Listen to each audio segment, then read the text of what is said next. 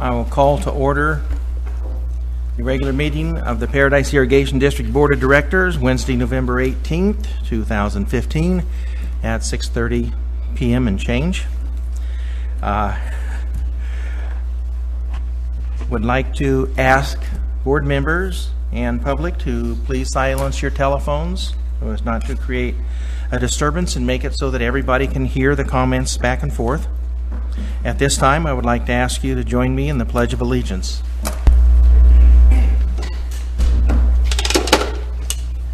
I pledge allegiance to the flag of the United States of America and to the republic for which it stands, one nation, under God, indivisible, with liberty and justice for all.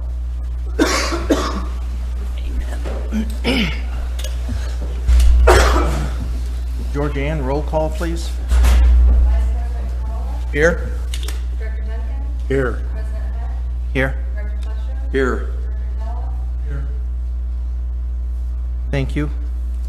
Approval of the consent calendar. I'll make a motion to approve the consent calendar as presented. I'll second that. Doug got it. We have a first and 2 seconds. All those in favor say aye. Aye. Aye. Any opposed? None. Motion passes 5-0. Public participation. This is the point of time where individuals will be given the opportunity to address the board on matters that are not scheduled on the agenda. Although the board cannot take action on any matter that's not on the agenda. Comments will be limited to 5 minutes per person. Opportunity for public comment on the agenda items will be provided at the time the agenda items are brought up later in the meeting. So at this point, if anybody in the public would like to speak about any topic they would like that's not on the agenda, now is your opportunity.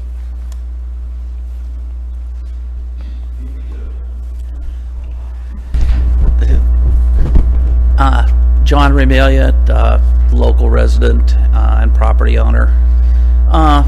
Last week I had a medical procedure and I had some time to sit back and kind of look at different budgets, and I was looking at the town of Paradise and also PIDs and what was going on. We're working on a big project. I just had to get my mind off of it and do something different. And maybe I'm a little strange for looking at things like that when I had some free time, but I did. And it brought back some memories. It brought back memories of the 2008 and 2009, the town of Paradise.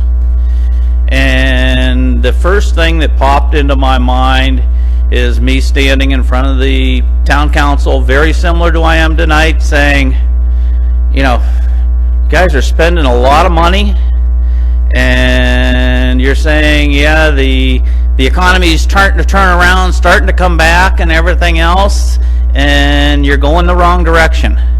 And Tim Titus making the comment that I was Chicken Little, they were just going through a little bump in the road and there wasn't any problem. And the Paradise Post running a headlines that Titus calls Remelia Chicken Little. And little to behold, 2 or 3 years later, we all saw what happened. In looking at things, it's real hard to predict the future. Nobody saw this drought coming. Nobody saw the economy doing as bad for as long as what it did before. But in looking what's went on in the last 4 years in the budget of PID and this drought thing, and I'm watching it very close being in the on-site business and what the long-term projections are, and I can't say, you know, if I could say whether those projections were right or wrong, I wouldn't be standing here. I'd be living somewhere a lot nicer than Paradise. And I'm concerned. I see the budget, I see your reserves. When I saw this, I went a little bit further, and the League of Cities came up with basically a financial report card for municipal entities, and it basically tells the condition of their financial workings, operations. And I look at you guys 4 years ago and take your numbers and look at it, wow, were you strong. You couldn't say things better. Look at it today, it's not as good. The good news that I can see is if I take that same report card from Paradise, is they were going down, but only because of Measure C, it's turned around right now.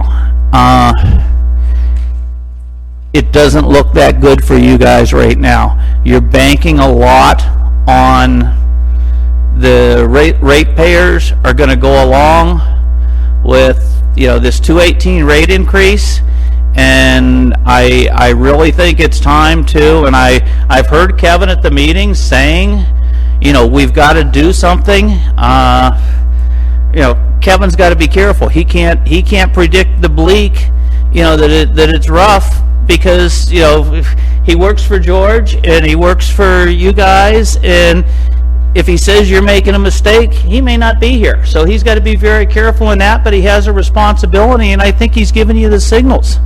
And the good news is George can't do a stunt like the town manager did and go, you know, he's not old enough to take off and say, I'm retiring, going part-time, and then just hit the road and leave you with the mess. I think George will stay here and, you know, weather it out and do the right thing, but I think we really got to look real close at our spending habits, because it doesn't look good. Thank you. Thank you, John. Any other public would like to speak at this time? Yes, and I do know, Ward Haverhill, on behalf of myself, no garden club this time. I do know that there's no action from the board based on these comments. And some of this is based on feedback I received. You'll recall I wrote a letter. It was published October 28th. Not criticizing the board, by the way, but encouraging people that instead of just showing up and complaining or seeing me in Ace Hardware and saying, hey, why don't they do, show up here and be part of the audience and outnumber you for a change. Not bad tonight, thank you, audience. And see whether or not people can get educated well. You realize how many people don't read the Water Talk? A great publication, full of information, and yet ask Joe on the street, did you know? No? How would I know that? Well, it's been in the Water Talk for the last 3 months. That really bothers me. And I think, you know, you represent the people who elected you, and most of them are saying, I don't care, or I don't know, and that bothers me. So I've received some feedback, and of course, you know, I don't mind talking about that. Probably the most important one, which was very shortly put to me, and that's, does PID have any terrorist employees? Meaning, have you assumed an employee who was a Middle Eastern, a Syrian, a Bangladeshi, or something like that, and put them on the payroll? Because small municipal water systems are very high targets, according to the Israeli intelligence service.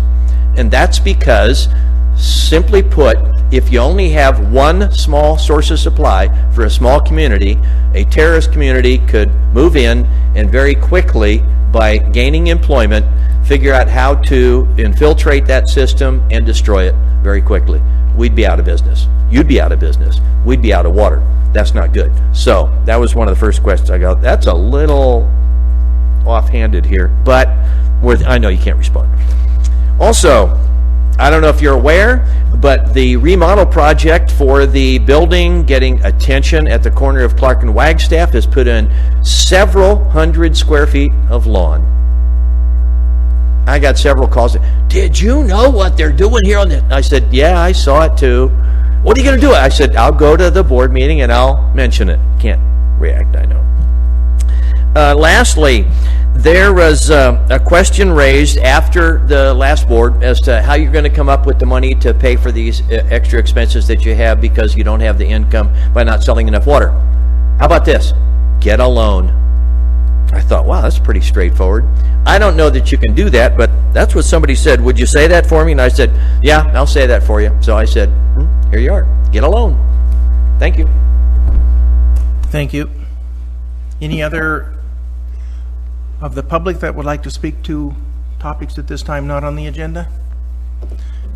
There being none, we'll move into the approval of the checks. The October checks to consider approval of them. Board members, who would like to start today? Larry, you have an appetite for these things. Why don't you tell us what you're concerned about? Okay. iPad page 25. On the payment to City National Bank. What is the interest rate on that? Just approximate.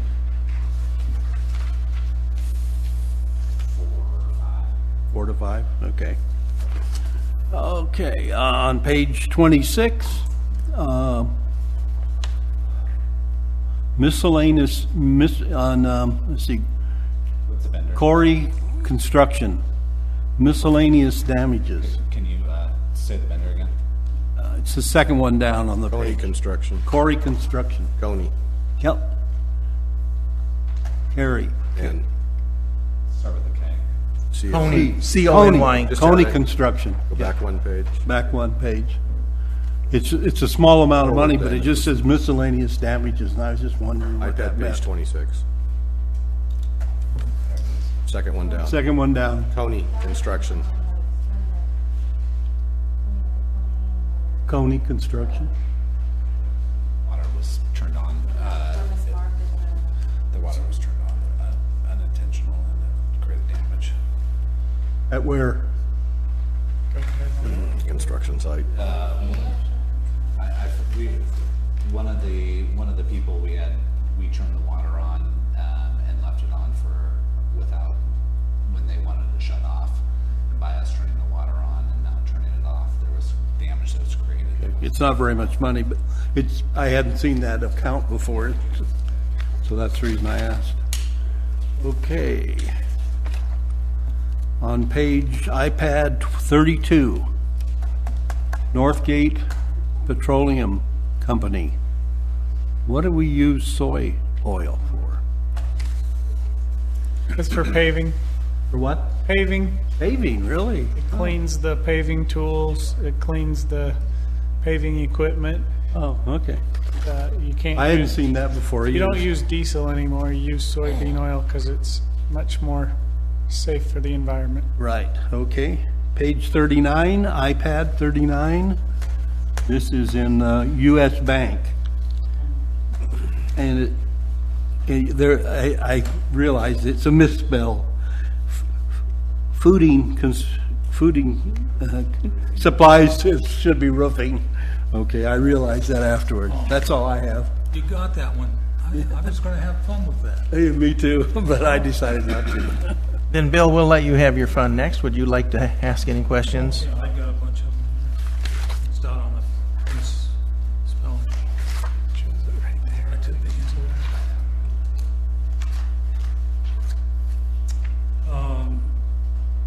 On the page 23, the fourth one down, American Conservation and Billing Solution. This is Aquahawk, and it's $4,816, 3 checks up to that. Who do we have to pay for somebody to give us reports or something? That's the first one is our Aquahawk monthly service charge.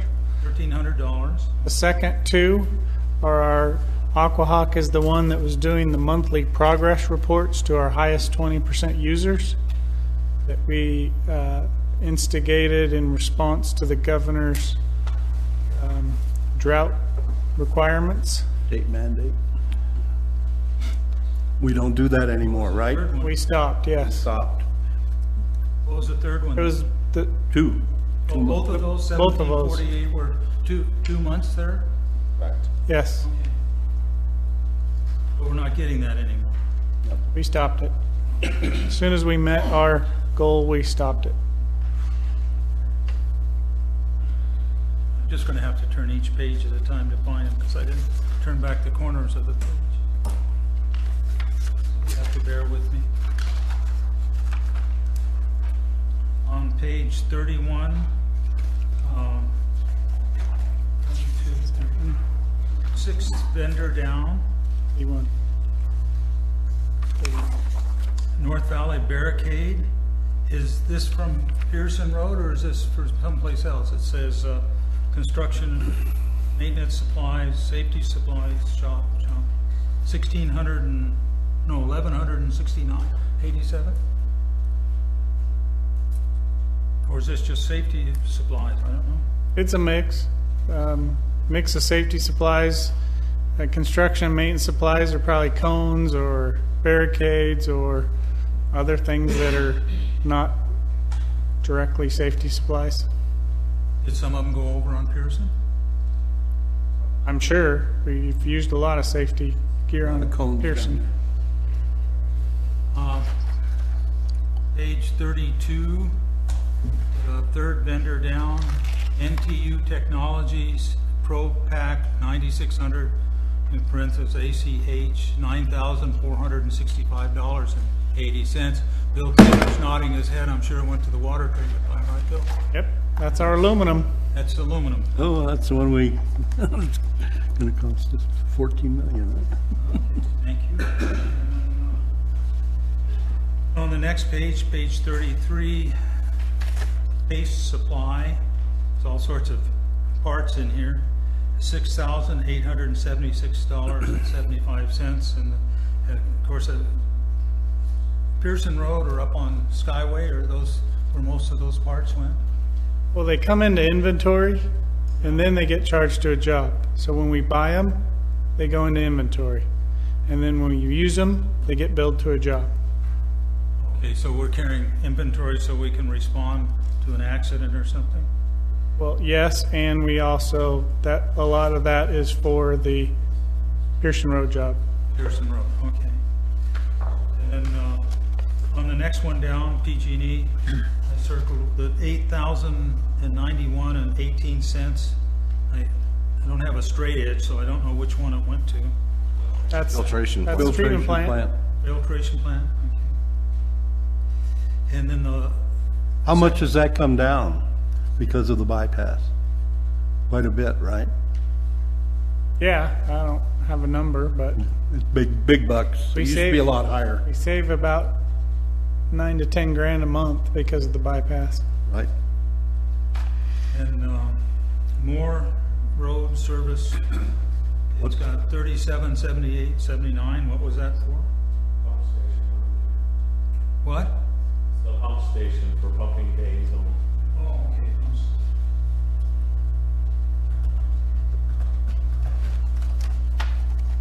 That's for the Azle, right? Yes. Let's see what else we got.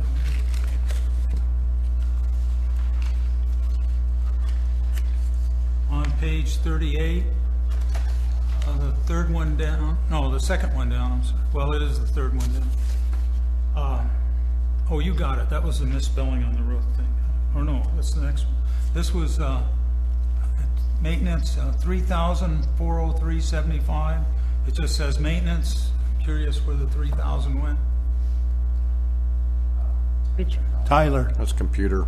that's computer. That's our That's all right. It's our accounting software maintenance agreement. And that's monthly? Monthly is about $200, and that's I'm not sure exactly what that's covering, but it could be covering a annual subscription. It's an annual subscription for software.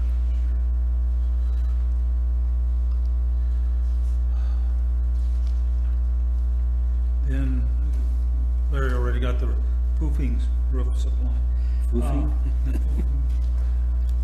At the bottom of page of 39, it's meter Firefly, 16,097.62. What was that for? 150 Fireflies that we have to replace.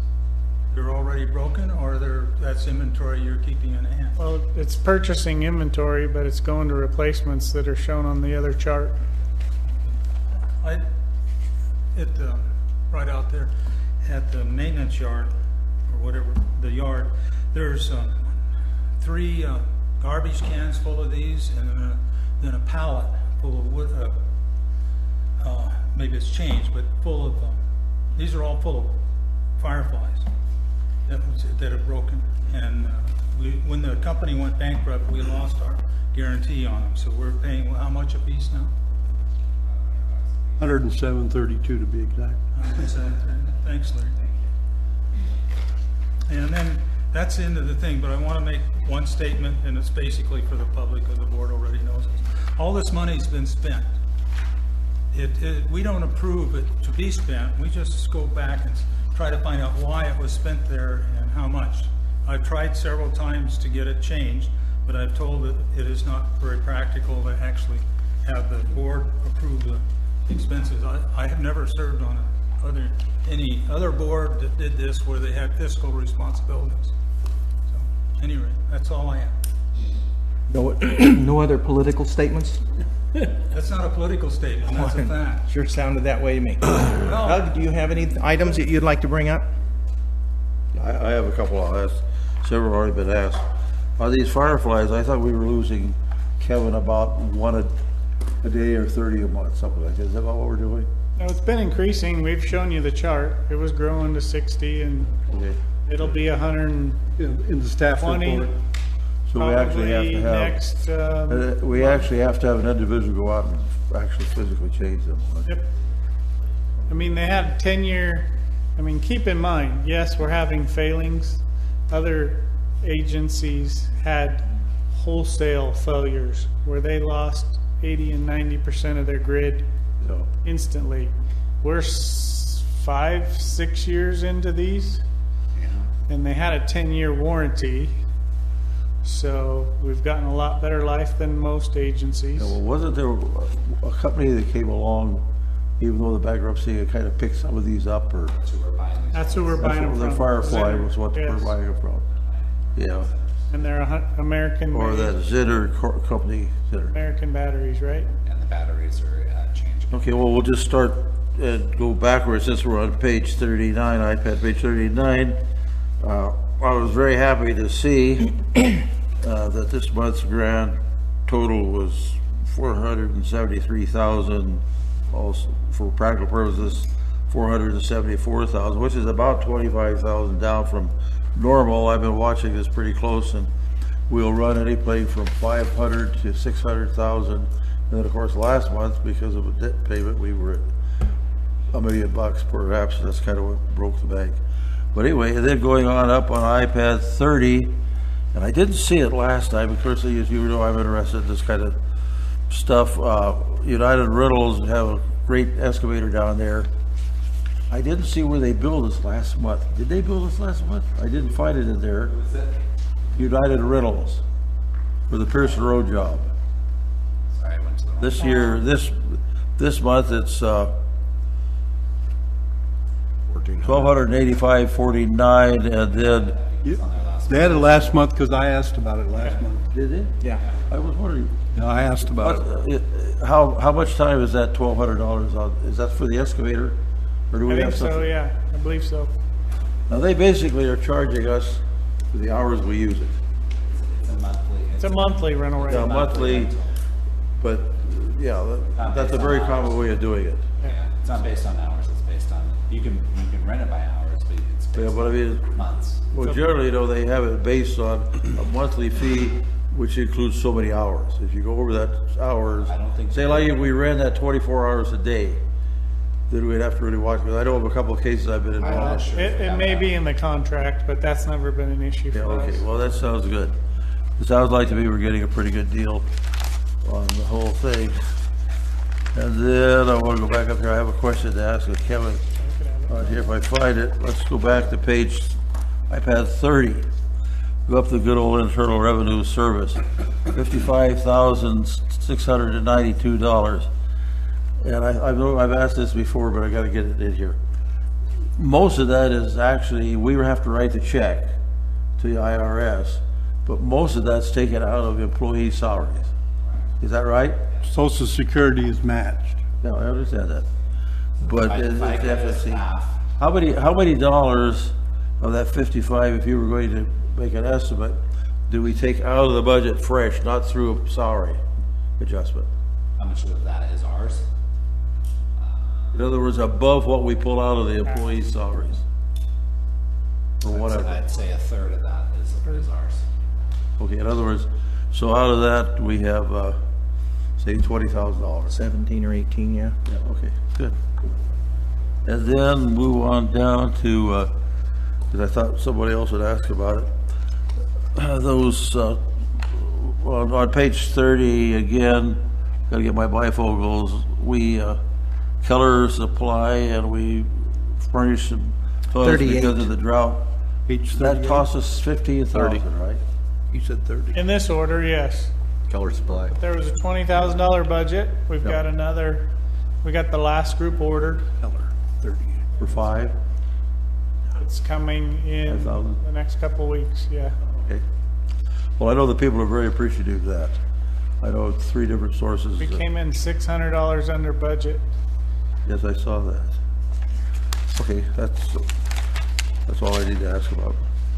What was the total? How many? You what already was the asked total your toilets? questions. This is 70. What was the total? I think there's, Jim emailed me, I forgot to write it down. I think there's another 10 coming, something like that. Was this Maybe the more. first one? So there's Yeah. only 80 total? Okay, okay. Thank you. I'll tell you in my general manager's report. How's that? Okay. Seth, do you have items you'd like to bring up? I only had one question that you guys, that wasn't caught with everybody else, was on iPad page 26, the public notice, and then it said shop. What was that for? Who's the vendor? Job? Yes, Okay, okay. yep. That's it for me. Everything else was caught. Kevin, on iPad page 28, were you able to determine what the $200 credits were for?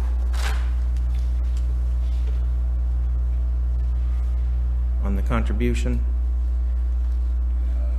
It's yours. It's mine? What you doing with my money? I don't know. I'm gonna have to look into it. I'll have to get back to you on that. See, there was an itch there. I knew something was wrong. I'm gonna have to look into that a little bit. I'm just getting comfortable. I did payroll this week, so I'm starting to understand it, so I will get that information to you. Okay, that was the only one that I had left open. I'll entertain a motion on this. I move we pay the bills. No, you have to read it. I know that. Good outfits, you say, pay the bills. Steph, you're usually our I'll reader. move approval of October checks of the general fund check numbers 48548 through 48691 for the month of October 2015, total $473,997.75, exclusive of voided check numbers 48562, 48566, 48583, 48618, 48628, 48636, and 48645, and authorization of a similar amount allowing or adjusting for extraordinary budget or board-approved items during the month of November 2015. Second. Can we cut down those voided checks a little more? That was the hard part. That's why Deb leaves you candy. Okay, we have the motion and a second. At this time, I'd like to ask the public if anybody wants to speak to the expenses that they've seen or observed, or have any questions about that. Question, you might have already covered this and I wasn't here. Dustin, does, Well, or to the board? yeah, okay. On that Firefly, since those were originally purchased as part of the Chevron contract, does Chevron have any liability on that? I've asked that question of legal, they're working on it. Okay, that looks like it's gonna be a big chunk of change in our budgets. Bigger than we wanted. Any other comments? There being none, I'm going to ask the board to vote on this. All those in favor, say aye. Aye. Aye. Any opposed? No. One opposed, Mr. Kellogg, and the motion passes 4-1. Director Kellogg. We're moving to item 5 on the agenda, which is regarding potential negotiations with Sierra Pacific Industries relating to an easement agreement or boundary line adjustment for a dedicated access road. At this time, we're going to move into closed session for those items. Prior to moving into closed session for those items, I'm going to ask the public if, at this particular point, anybody wants to make a comment on what we're going to be doing or the topic at hand. No, we can't tell you. Very little information there to make comments about, but I wanted to ask. There being none, as soon as closed session is over, and we don't expect to be in there too long for a topic like this, there'll be an announcement about what was done in the closed session, about what we can announce. So we will adjourn to closed session and hopefully be back very, very quickly. We're going to reconvene the meeting, coming back in from closed session. And during the closed session negotiation, the board gave direction to the district negotiator to have additional conversation with Sierra Pacific Industries. And that's all we're announcing out of there. The next topic of business on the agenda is old business. We have none. So in new business, 9A, North Lake Boat Launch Facility Project, ineligible grant expenses. Manager Barbara, would you like to introduce this briefly before the board takes it over?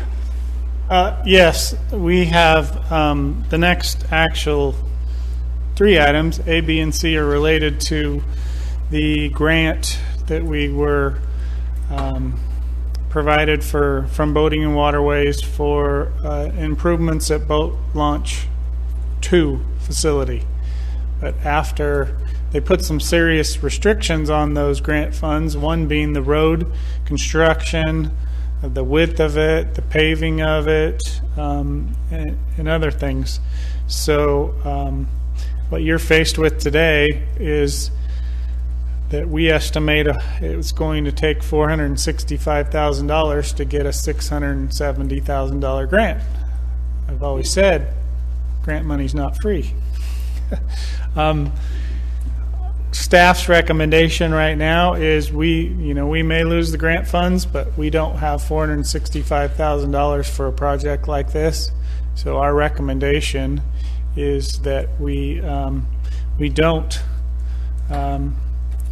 send a letter committing those funds because we don't have them available for this project.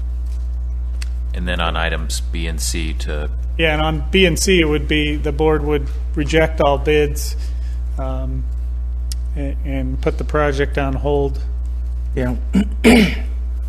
If we don't vote to approve the money, it wouldn't be good to approve the bids. No, it wouldn't. No, but we want to make sure you reject all Understand. bids and So we're actually going to be handling items, well, only if we approve 9A will we then go into 9B and C. Well, it depends upon how the motion's worded. Mr. President, I'm going to make a motion to not go forward with item A until funds are available at a later date. Second. Okay, I have a first and second. Would the public like to speak to this issue for us to not spend this money? John?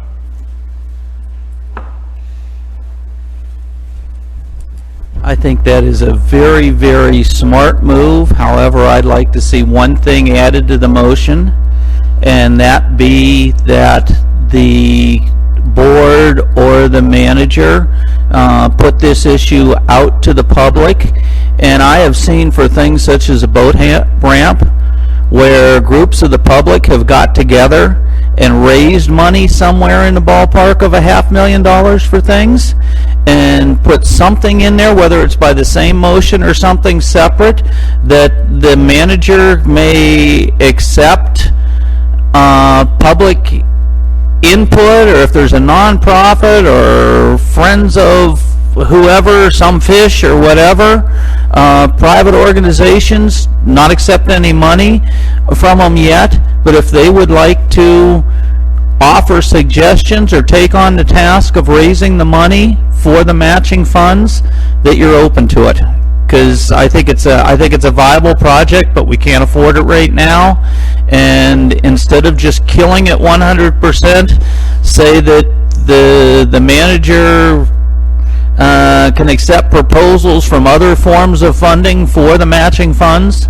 to make it go forward and throw it out to the public and see if somebody from the public can come up with an idea of raising, $500,000 to make it happen. I understand you're gonna have to go out for bid. I don't know what your time frame is on your grant, but just to say no for something as worthy as that without throwing it out to the public, and they may not come up with anything. Maybe you'll get no responses, but at least you did it. Thank you. Thank you. Any other public comments? Back to the board. I'll open it up for discussion. Any board members want to give their opinion or ask any questions? I'd like to comment. Go ahead, Bill. This is something we're forced to do because of our situation financial. Trying to figure out how to word something, but I guess I can't. That I've always been very concerned about the lake, trying to get as much recreation in as we can and still keep the water clear and clean. So it's a disappointment to me, but it's also a reality check for the board and our management, is that we simply don't have the funds to do this. And later on, sometime you'll be voting on a 218 proposition up here. So that's my comments. Disappointment, but this is necessary that we do it this way. When this first came out, I thought, oh boy, we're gonna get a free launch thing, but it wasn't free. Unfortunately, we can't afford it.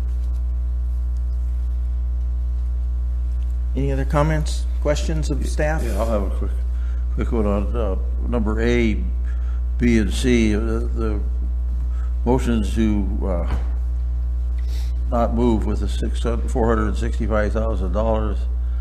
But on B and A, C, and also on others, we have some bids that I think we're going to have to inject there to move. Now, maybe yours will do that. Just quite yet.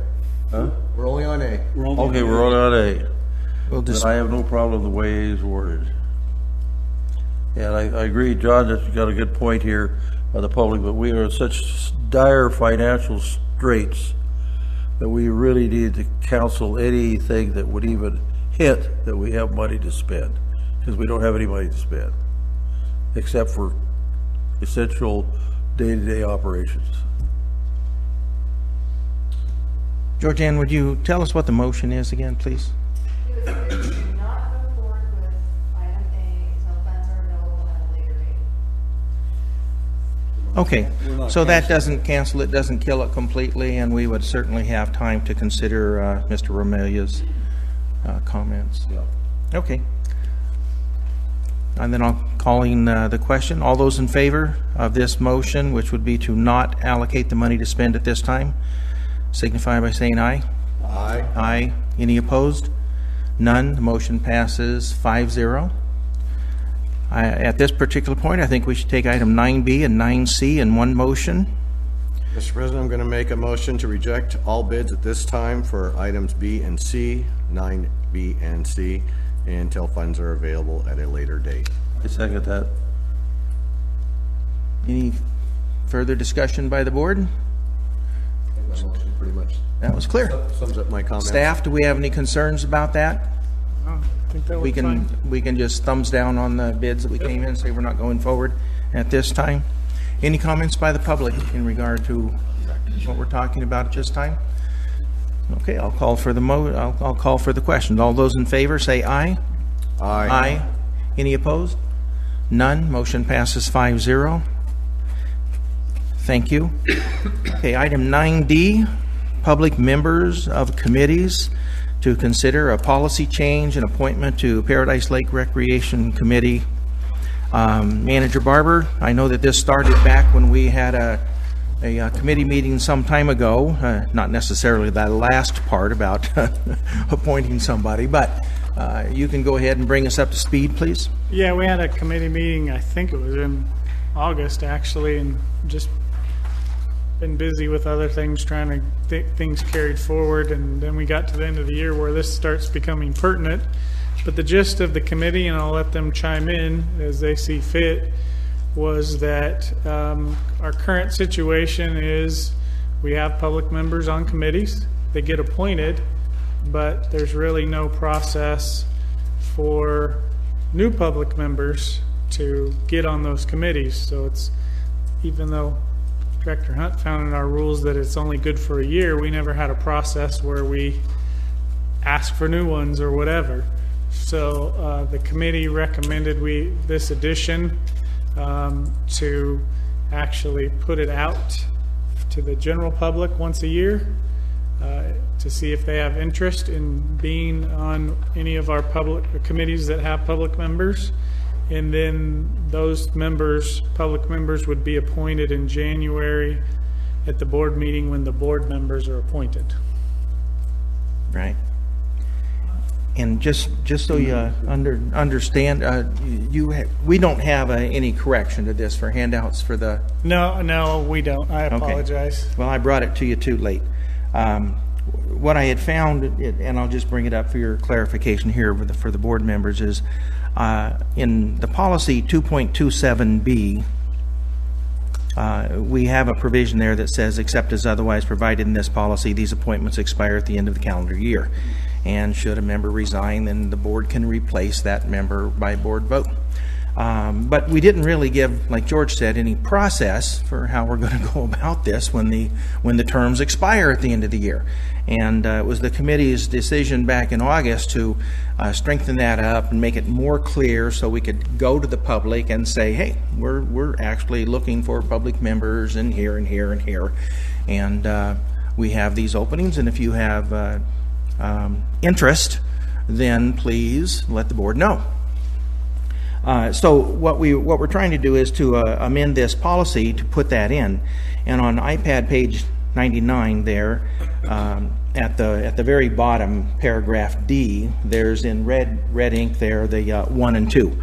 Well, those 1 and 2 should really be back over on the prior page, right after item B, because that's where it belongs. And then there's just a typographical error that George made when he put in item number 2 says, persons desiring to serve on a PID committee shall provide a letter of interest to the PID office by January 31st. That's going to be tough if we're going to populate the committees on January 19th. So what we really intended there was December 31st, and that will need to be recognized if we're going to make a motion and proceed forward with this. So if I didn't muddy the waters too much, I will ask... Which committee wrote this? Admin and personnel. Yeah. Back in August. Yeah. We move And now it's being reported to us in November. Well, we had reported in September that we had a meeting. I forget. No, I know that, but you didn't bring this up. This could have been brought up in time for the Lake Committee to consider it, talk about it. Yeah, but it's not just for the Lake Committee. Just be clear, you public can't committee. have an admin and personnel committee issue come to the Lake Committee for discussion. That'd be a Well, Brown Act and even to the violation. board, I think it's a long saying, well, this is what we advise, and we'll talk about it. Next month, we'll do something about it. When was Now Joe's? it's up But against- that's When why, was Joe's letter? that's Actually- exactly why they don't advise specifics until it becomes an agenda item, so that we comply with the Brown Act. And I'm not going to get in an argument over what the Brown Act does and not. I just think this is okay, so anything poor work by the committee. in regard to the item? Board I don't members? think we should do it. The advertising, that could be done through our mailer, couldn't it? Newsletter, yep. So it wouldn't cost anything extra. Yeah, we're not interested In spending more money. in newspaper advertisements. We'd do it earlier next year, but Yeah, you do it earlier next year, this year. Right. So as far as the appointment to replace Hildy, then his position, if we approve this, would be up for, if we approve it, he gets appointed now. We actually have a Lake Committee meeting before the January board meeting, so he could participate in that. but that's what I mean, but then he is And then he expires December 31st. first.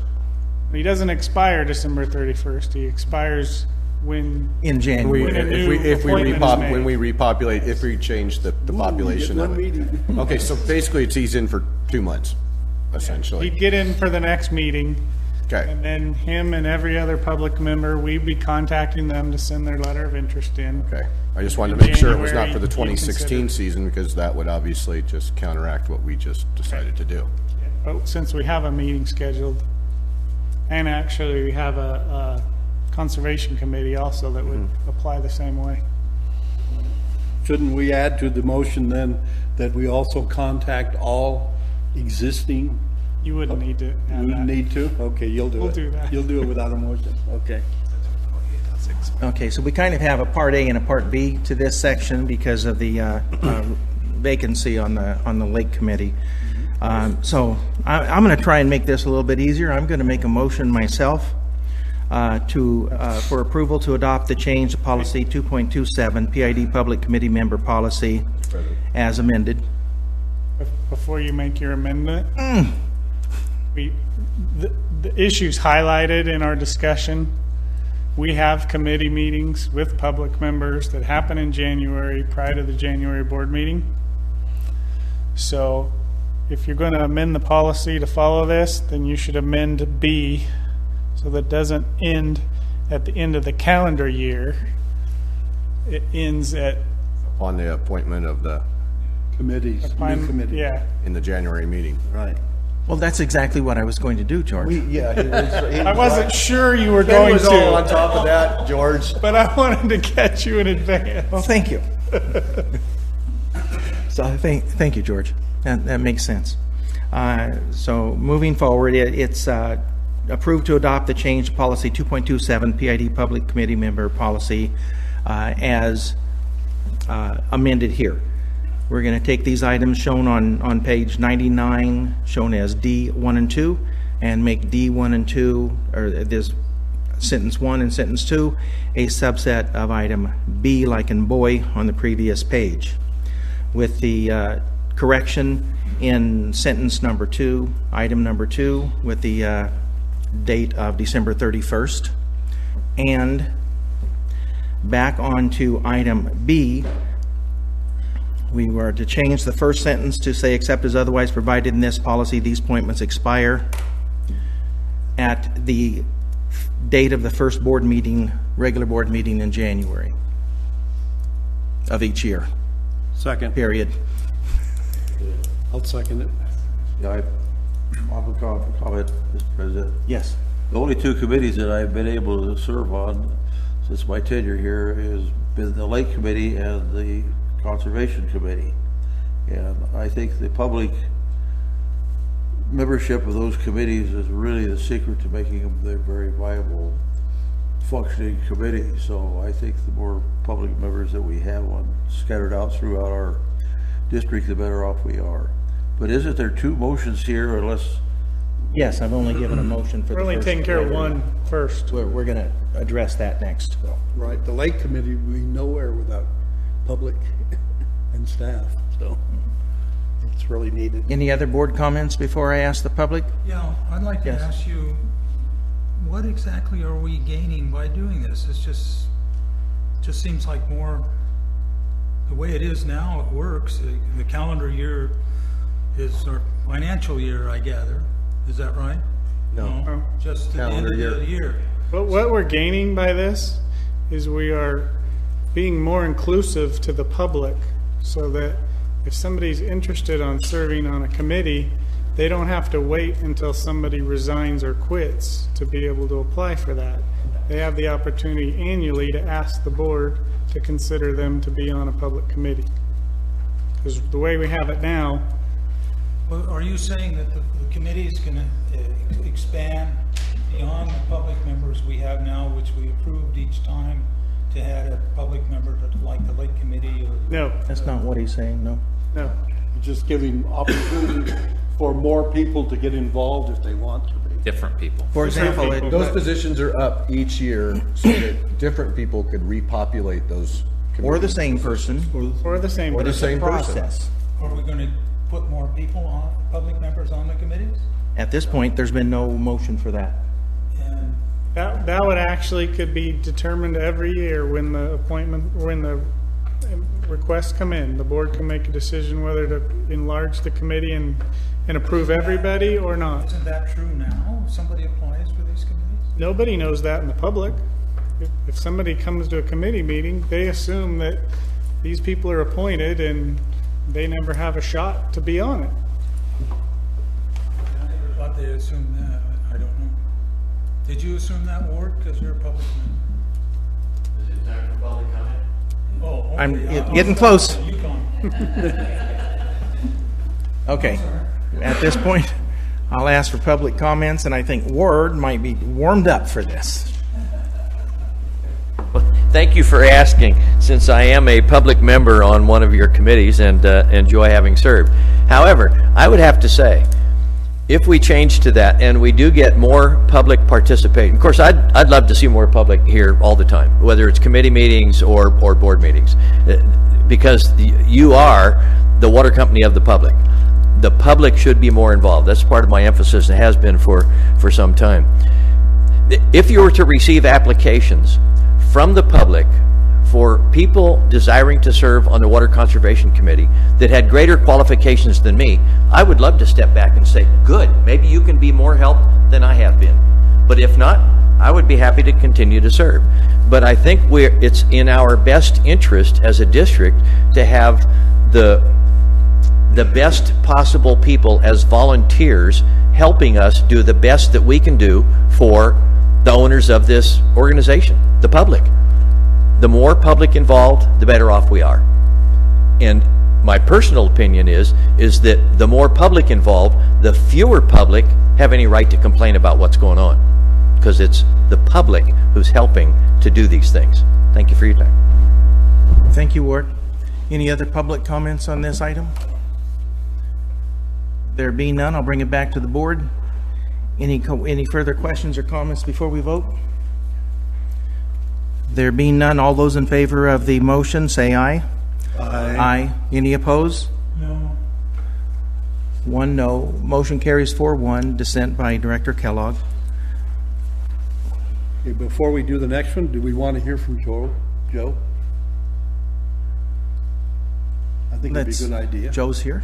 Yeah. Wait a minute, you forgot to get Joe Bicey on the, We're talking about it right now. we're talking about it now. It's just- I think it'd be nice for We're the, moving on to the next right, agenda. I think it'd be nice for us to hear from Joe before we either approve or disapprove Well, his appointment. you think so? I do.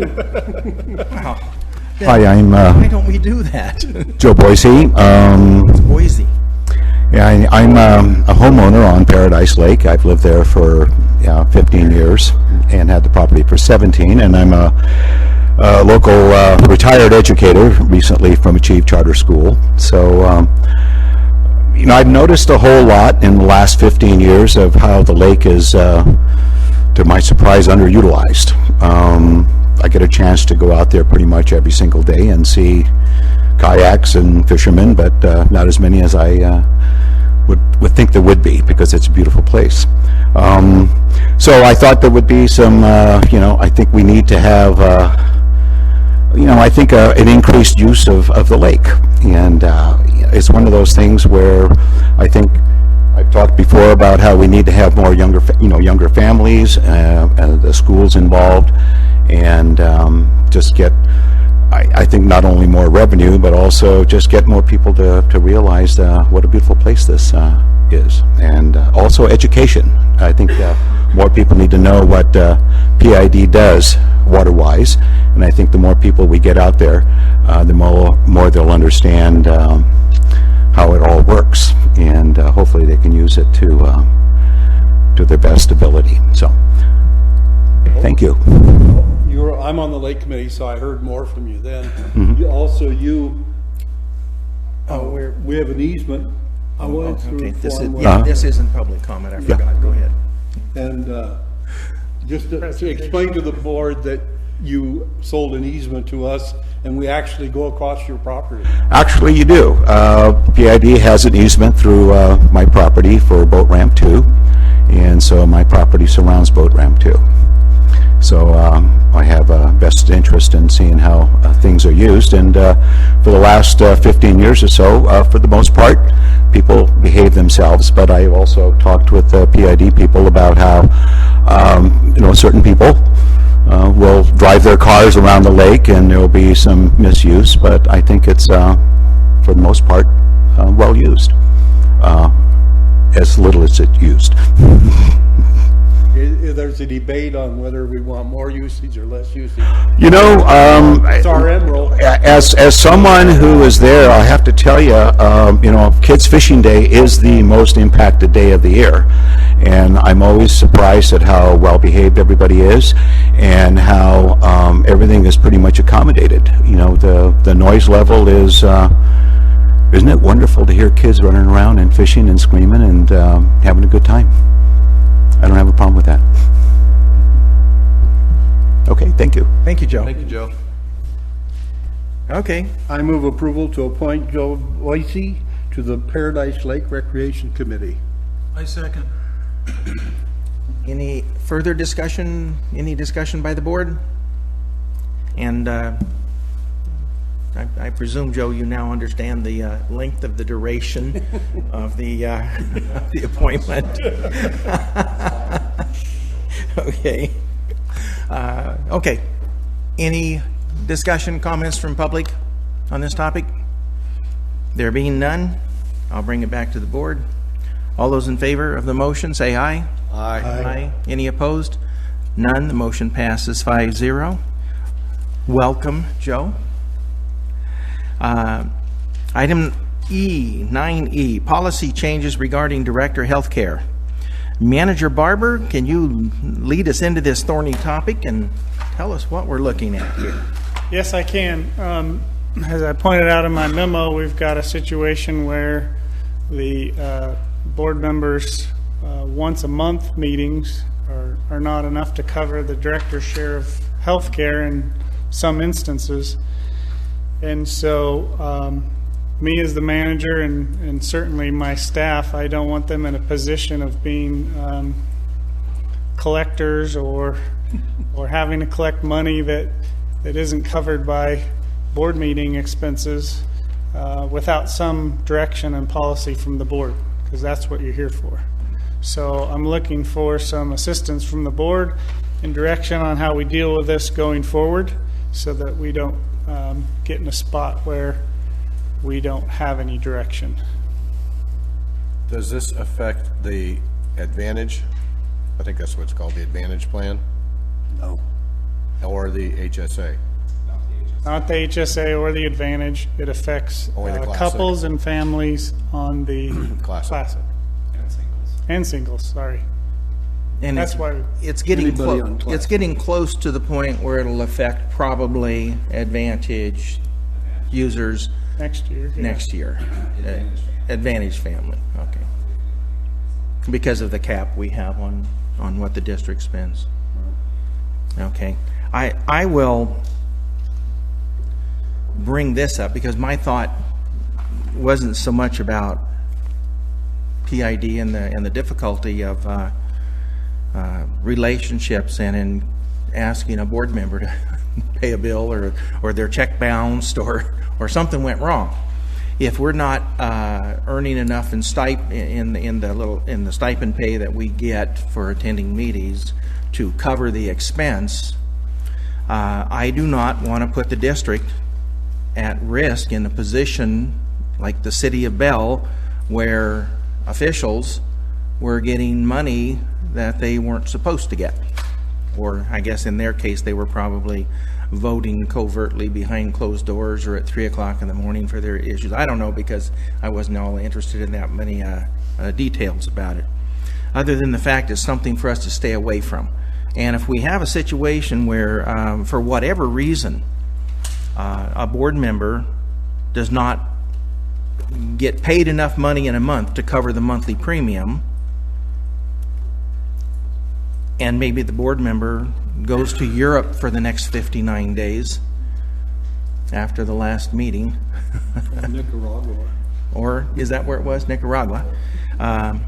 Yeah, to visit some people we know down there. That we would have an appearance that the district is paying for additional monies for a board member that they should not be paying. So I'm thinking, and there's some recommendations in here, but maybe we should just try to eliminate the entire issue and ask for board members to pay their 1 year out-of-pocket, or not out-of-pocket, but director's share of the premiums at the beginning of the year. So pay it in January, and then with whatever happens with a board member. And there could be some other instances, like a board member could get run over by a bus and live, but not be able to The little bus. a little bus. That's right. It was one of the small ones. And not be able to communicate, not be able to make his decisions known, and interaction with the family, and may not be able to take care of business. There's who knows what weird things we can think up that might happen, but we should consider the safest way to cover this for the district, and perhaps move in that. I didn't make a motion on that, but it's something that we should think that it may be one of these options here, is that we just each director pay whatever we'd have to pay in January and be done for the balance of the year, so we wouldn't have any appearance of impropriety. I like the first option. Or basically, I like the first option. Each director shall provide direct debit information to PID, because paying, I'm one of the ones that's going to be paying $171 a month, and I would find it hard to come up with 12 times that in January, especially since I'm not. well, then you'd want option 3. One, no, I Or want, option 3. I want the direct debit thing is what I'd want. That if I owe money, they automatically charge my credit card. Yeah, but if your money goes, if you get paid and taxes are removed, but if it's medical, it can be taken out more in a cafeteria plan pre-tax. Aren't you the tax guy? I know, but mine is that way now. But this way, I don't have to come up with the 12 times 171 But if you get in paid January. and the money goes into your account, then you got taxed on it, where it could come out on item 3, it could come out as like a cafeteria plan, and it would be pre-tax. Mine is pre-tax now. Oh. It's taken out of my check, and in cafeteria plan, it's reduced from, Okay, so you're saying in a debit form out of your check. right, and it goes, Not out of it's your cafeteria account. plan, it's taken out before. That's option 3. No, that isn't option 3. It's the combination. Combination of the two? Saying, take it out of my cafeteria if there's anything left to pay in direct debit. Oh, Okay. okay. Give us an example, Kevin, using dollars on that. Let's say somebody's going to get $100 in income for a particular month, and the cost is $172 or whatever that was. $100 would go into his cafeteria plan pre-tax. So it would not be given. He would The employee would get a check like I got for $0. $0 check. Okay. Right. And then he would be then direct debited the remainder of his premium of $71 out of his bank. Okay. That's if it's That's a the single. one that you were You're going to a projecting. single. Okay. Or if he didn't show up to a meeting, or he couldn't make a meeting, then the entire amount would be direct. Debited away. Right. I have a problem with debit cards. If you go to a store and everything, it goes through the process. But I deal with one seat company that they automatically destroy it. Right It's not- after, We're not talking about a debit card, we're talking about a direct debit from your checking account. I don't like that any better, but I don't want a debit card involved.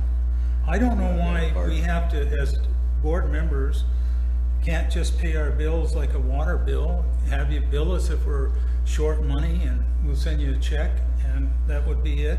You're saying automatic debit out of my checking account? No, I don't want that, because I'm in business for myself, and there's times I'm really skidding along, covering all my checks, and I don't want anybody showing up and pulling money out and find out that I'm bouncing checks because PID hit me for so much money on a medical thing.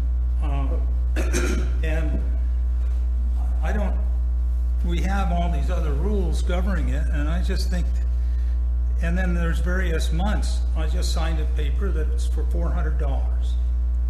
And so next month it might be $200.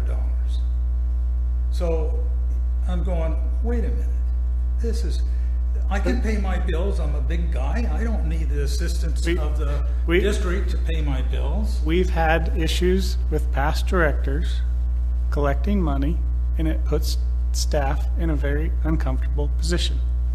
Okay, I can't ask if that's been recent, I think I know the answer to that one.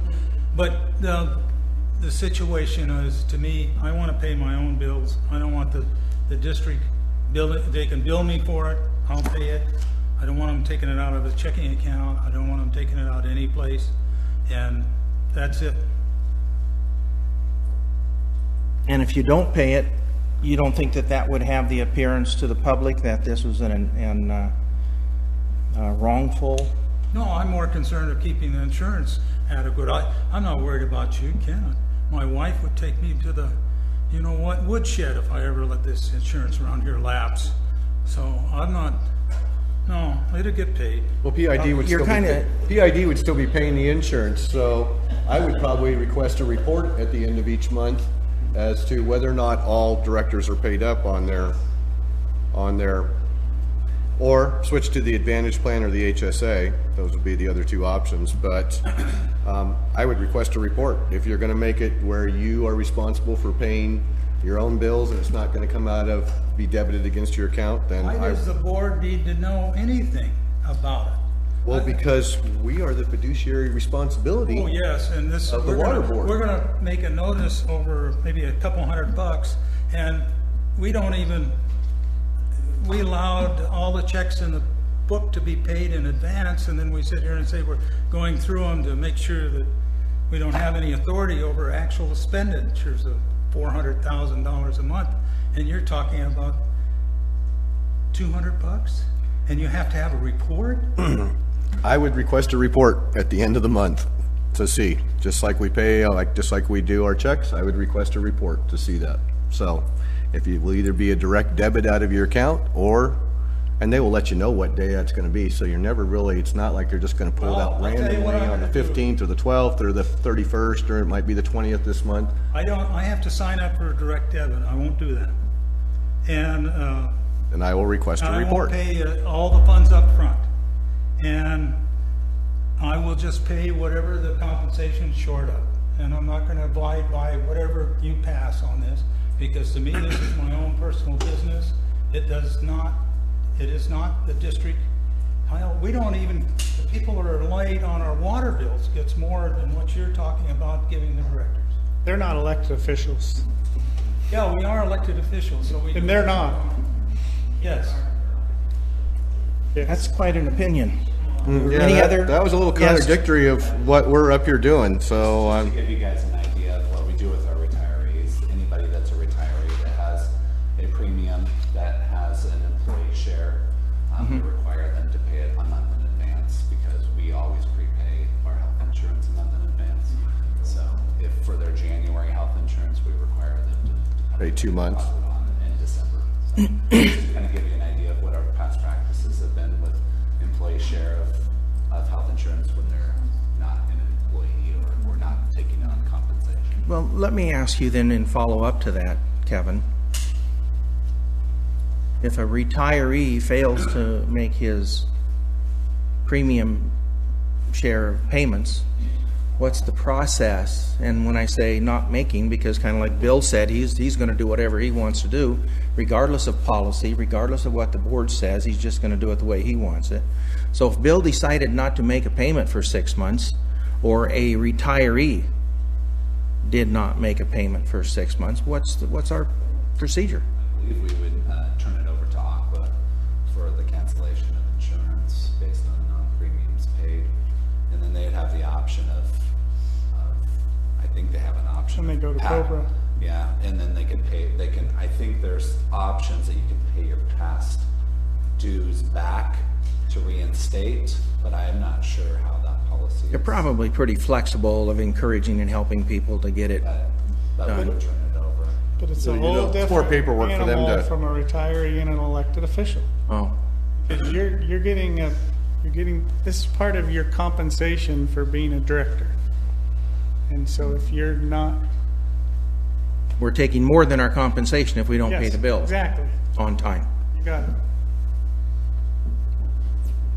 Okay, So if we were to put in there that how would we word that? Basically, that there would be a deposit. deposit.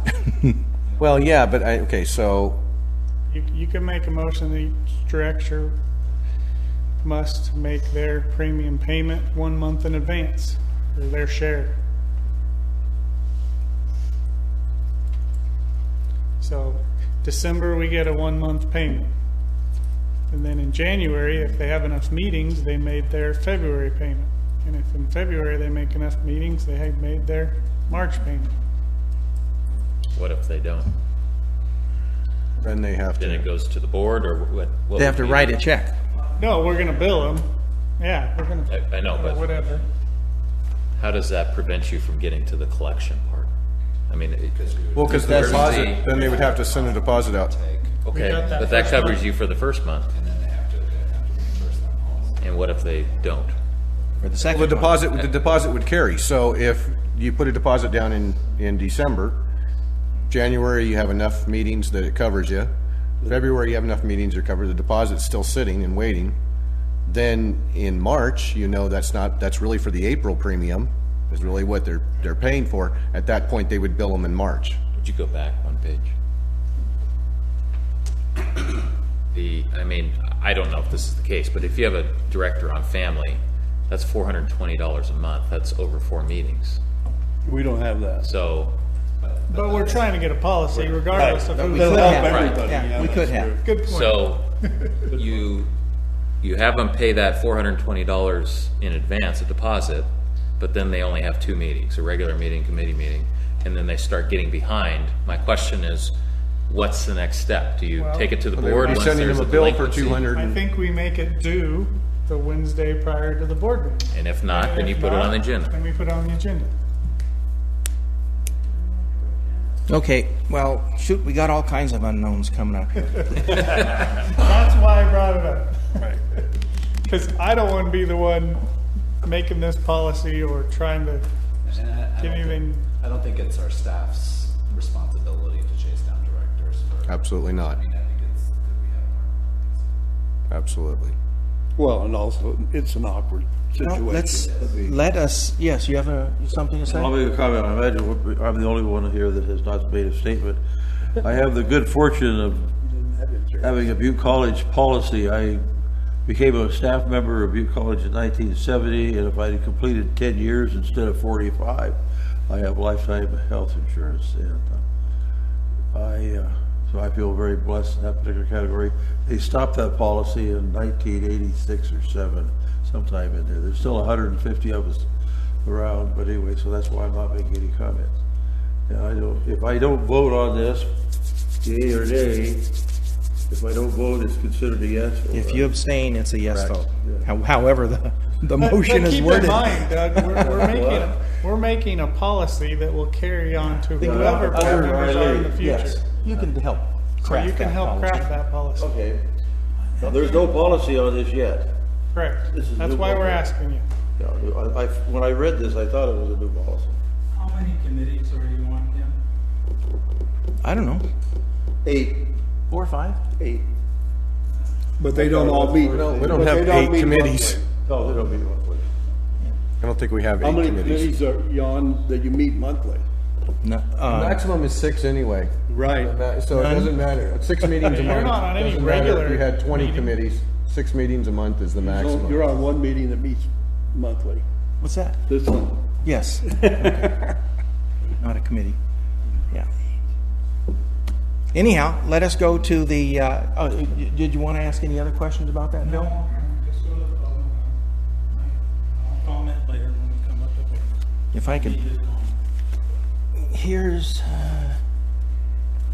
the check stub I just got. 0. After 11 months, year-to-date income Well, it's got $51.77 in there, but I guess that's because of mileage or something, is $2,850. Now, you're trying to insinuate that I'm getting $600 a month because I'm on so many committees. That would be $6,600, just to bring it into the public perspective of what this is.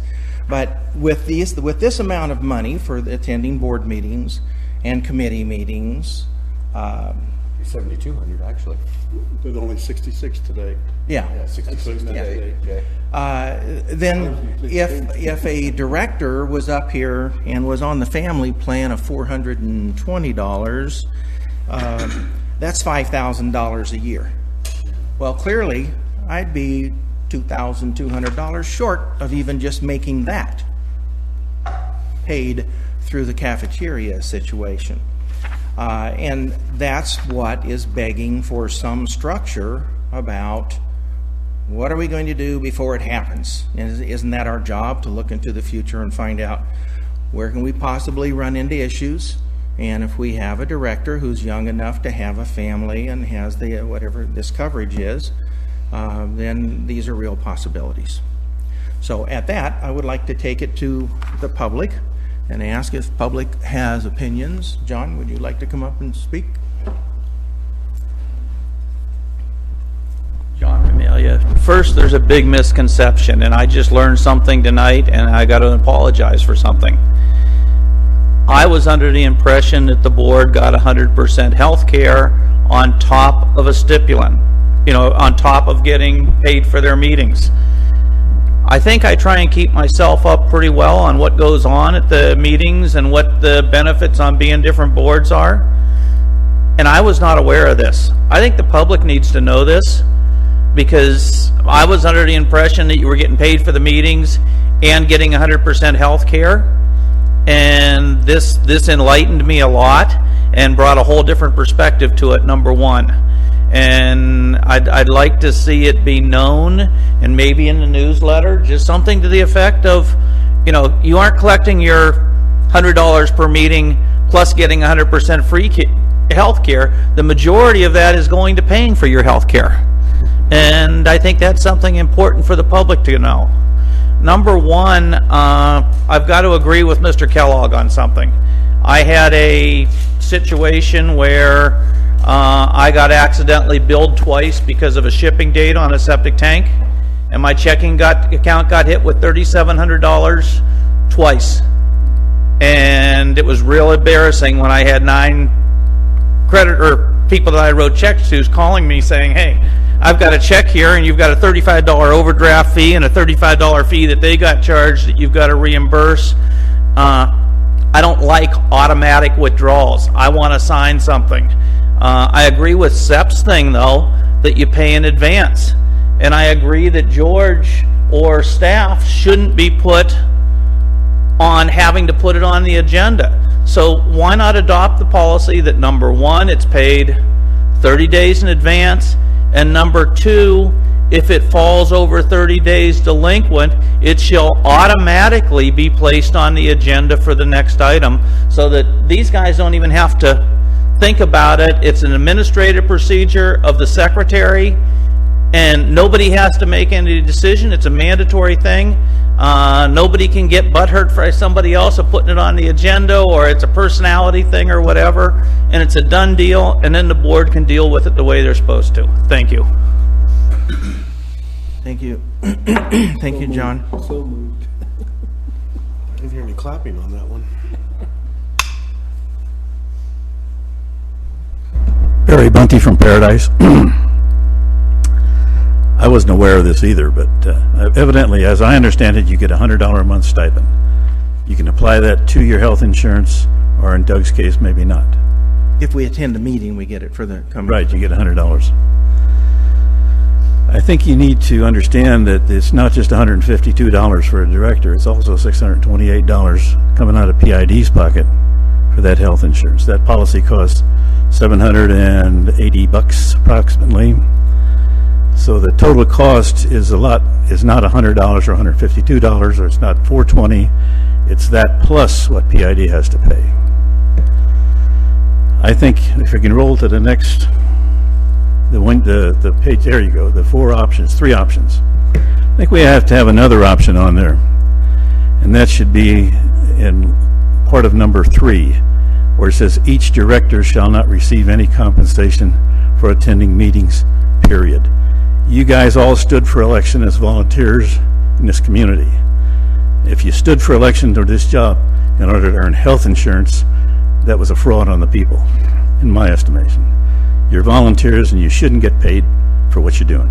This is not Ford Motor Company or General Motors or anything like that. This is a water district that is struggling for dollars. And you have a PR chance here to go to the public and say, we've refused this $6,000 a year, approximately. Not much money, but it shows that your heart's in the right place and you've got good financial discipline. Thank you. Thank you. Anybody else would like to speak to the public? Or any of the other public members want to speak? Then I'll bring it back to the board for... Let me just make a clarification to the public on a couple of comments. Okay. The district share and the director share is exactly what the employees have. So everyone's clear, the board gets what the employees get. That is why it is structured the way it is. And secondly, just for clarification, it's $100 per meeting, whether it's a committee meeting or a board meeting. Maximum is $600 a month. That's some government code. Yep. Just so everyone's clear. And there are other boards who get the money whether they come to the meetings or not, right? Those are power agencies, which have a little more flexible rules. Right, they're but more yes, flexible. they could do that. Right. I like the idea that you don't get paid unless you're here. Okay, and any other comments, questions from board members? Okay, I can't remember whether we have a motion. We don't have a motion. We don't have a motion. Okay.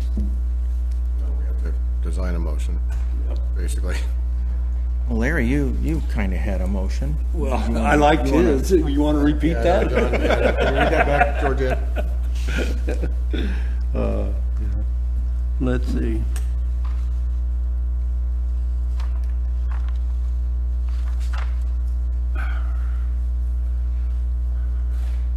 I move approval to adopt an addition to policy 2.22. Is this adopting the policy too? No, it's in addition to policy. Oh, we haven't adopted the policy though yet, have we?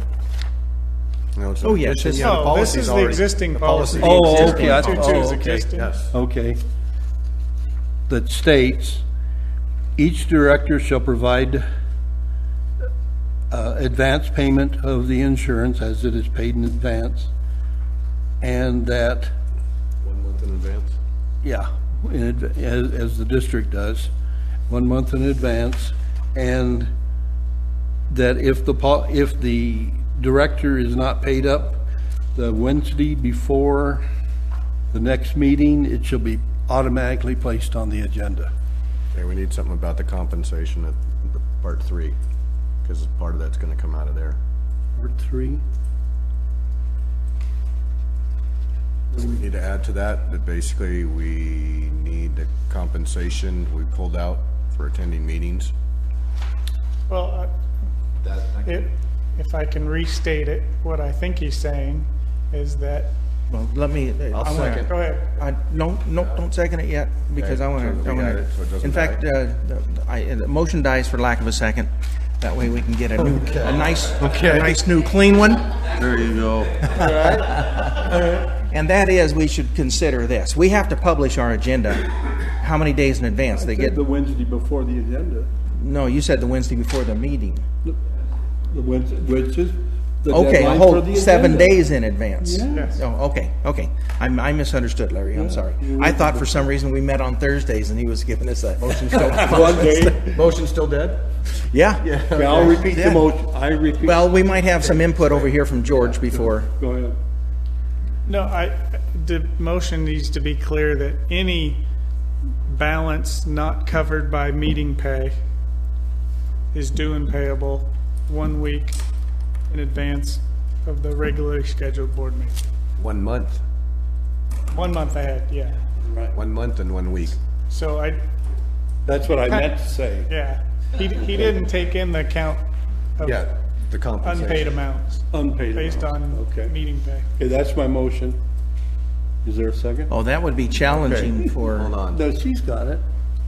Oh, yeah. good. Yeah, She's read good. that back, read that back, Georgianne. Yeah, exactly, yeah. Let's see how this flies. Poor Georgianne. Okay. Motion was that directors shall provide an 1 month advance payment on healthcare. And if any balance is not covered Compensation. by by compensation, it is due and payable 1 month in advance of the regular scheduled meeting. 1 month and 1 week. 1 week, 1 month and 1 week, yeah. Go 1 page up. And Oh, and if the director is not paid, No, just 1 page.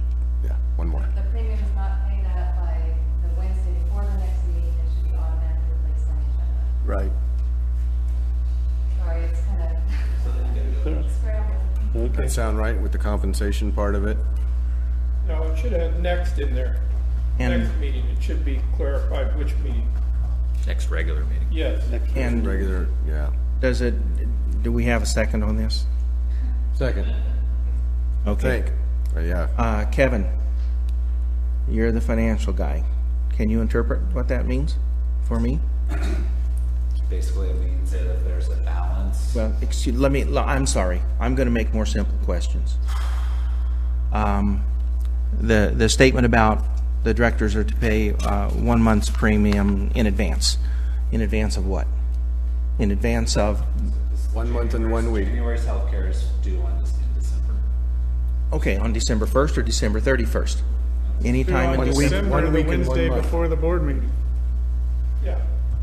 Okay, so is that the way that we understand this is 5 weeks in going? advance of the, Okay, that sounds right. So we have to do it a week before the next meeting. Okay. And it's not, once we get started with the initial payment, that's pretty easy to see.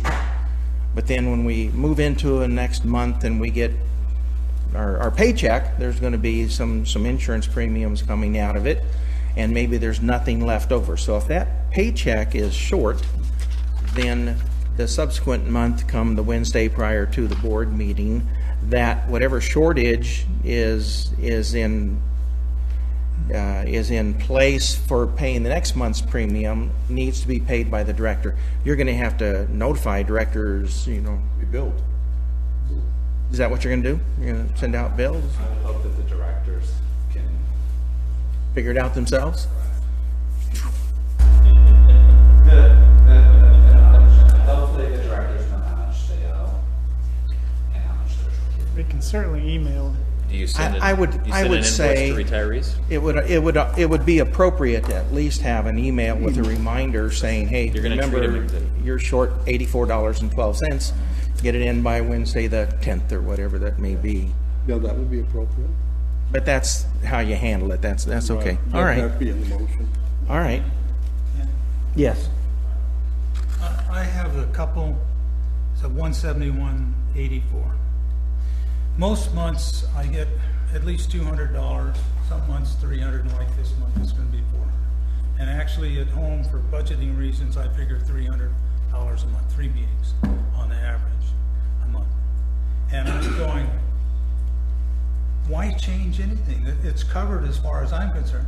I know Larry is in the same group, him and his wife, and we're both on Classic. I don't know what Ken is, but he's single. So I imagine you have Classic too, Ken? I am single. Yes, but you have Classic Medical. I am single. I don't want to divulge what medical I have. Private information. Private information. So How you about want that? to divulge, and one of us gets behind on insurance payment to the public. Including me. Absolutely. This is And by the way, you're saying you don't understand why it needs to be covered because you got this much money coming in. It's not about you, Bill. This is about a policy for 6 people that in 5 years could be, or 5 people. This is six, That we in- got a silent one. That in 5 years, none of us might be here. No, So it's going to be a policy. we've for the passed an awful future. lot of policies that you've suggested Thank you. on this board. Most of them, in my opinion, aren't worth the powder. Yeah, well, the board apparently thinks so, Bill, because they were passed, weren't they? Yeah, by the 3-2 more known majority. This is probably what's going to happen on this one too, but I don't think this thing is worth the powder. Okay, thank you for your comments. Any other board I comments? just want to say, Just want to make sure the public's listening. right, We just heard it all right Oh, they there. heard that. well, the thing is I'm looking, this is gonna help the staff in the future. That's the yeah. only reason I'm voting for it. Yeah. Next year, it could be $500 out of pocket. I have a question. Right. I have a question of Kevin, and I've asked this before, as I did when we were going over the checks, I asked about the IRS and the amount of money, that we take out of the employees' checks. And on page 23, it's under the ACWA account, there's $56,470. I've asked this question a couple times before. How much of that $56,000 is covered out of the employees' checks for this $171,000, the $171 I'm talking about? Even if they don't have Classic, how much do they pay? Do you have any idea? You came off the one with IRS at $20,000 out of 60. A little harder with healthcare. It's a little harder, yeah. Because so many different plans. Singles. $5,000. You got singles cup. See, You the got singles cup. thing that I'm getting families. at, we're actually like taking money out of one pocket and putting the other because of the fact that we're paying ACA, whatever that is. Aqua, 56,000, but we're taking a portion of that 56,000 out of our employees' checks. Who do you write the check to? No, It's different because no, that's not the way it the works. employees have, the thing is, and this is the same thing, is our employees that are paying their portion of that healthcare, again, are paying it in advance.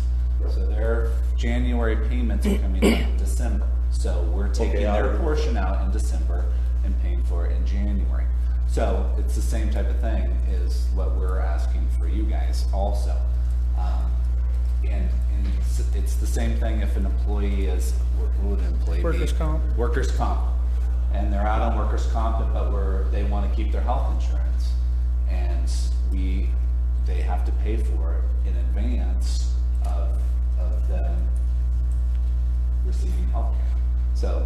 So that's, we're not asking anything different. And I just want to say is, from an elected standpoint too, is that if you guys fall behind, I think there is a perception that now we're footing the bill for you and we're giving you a loan to keep your Gift of health public insurance funds. going. Right, exactly, where I think that perception right there would scare me as an elected official to go, what kind of improprieties are going on here as us giving you guys a free loan to keep your health insurance going until you can get back on your feet. Yeah. Not saying it's gonna happen. Have we ever had a situation like that? We've had situations in the past where not only have we had health insurance areas, but we've had reimbursement problems of going, okay, now we're carrying reimbursements for somebody that we're asking for money back from somebody, and it took us forever, and it takes a lot of staff time, and it puts the staff in a very difficult position to continuously going, hello, director so-and-so, we're still looking for that payment. Hello, director so-and-so, we're still looking for that payment. It's just, I don't know why you guys want to make a decision to make that easier on the staff. Now, my point of view, which I brought up from the very beginning, was the public perception and how it is with law. And if we're sitting here treating the directors differently and giving the directors unauthorized loans, time, whatever it might be, it's inappropriate. So it's time, before it gets to be nasty, that we set a policy. We know how to handle it. And Bill, it's like you said, it's likely never to come up and rear its ugly head. people have enough money to pay their health bill. I think I know who the director was, Nicaragua, and so forth. But Bill, you're wrong in the total concept of that. There were other instances with other directors. Okay. Anyway, I've said enough, and I'm sure you've been entertained enough, folks. We ought to vote Okay. on this thing. Well, at this point, we've gone to the public once. We came back to the directors. I'm going to the public for a second bite at the apple. Once thank you. again, we would ask that you speak to different topics than were previously brought up, but you got your 5 minutes. Yes, that goes to this, and certainly now, none of the 5 are devious or deceptive board members. In the future, there may be. What you don't have is a provision that a devious and deceptive director in the future might want to call a special meeting for whatever he chairs as a committee in order to get the $100 to cover his shortage. Now, how do we keep that guy off the board Now we gotta keep. without anything in the policy to prevent it? That's interesting. Did I just lay groundwork for some? Oh, I should shut up. Thank you, Ward. Any other public comments? Yes, Lauren, come up.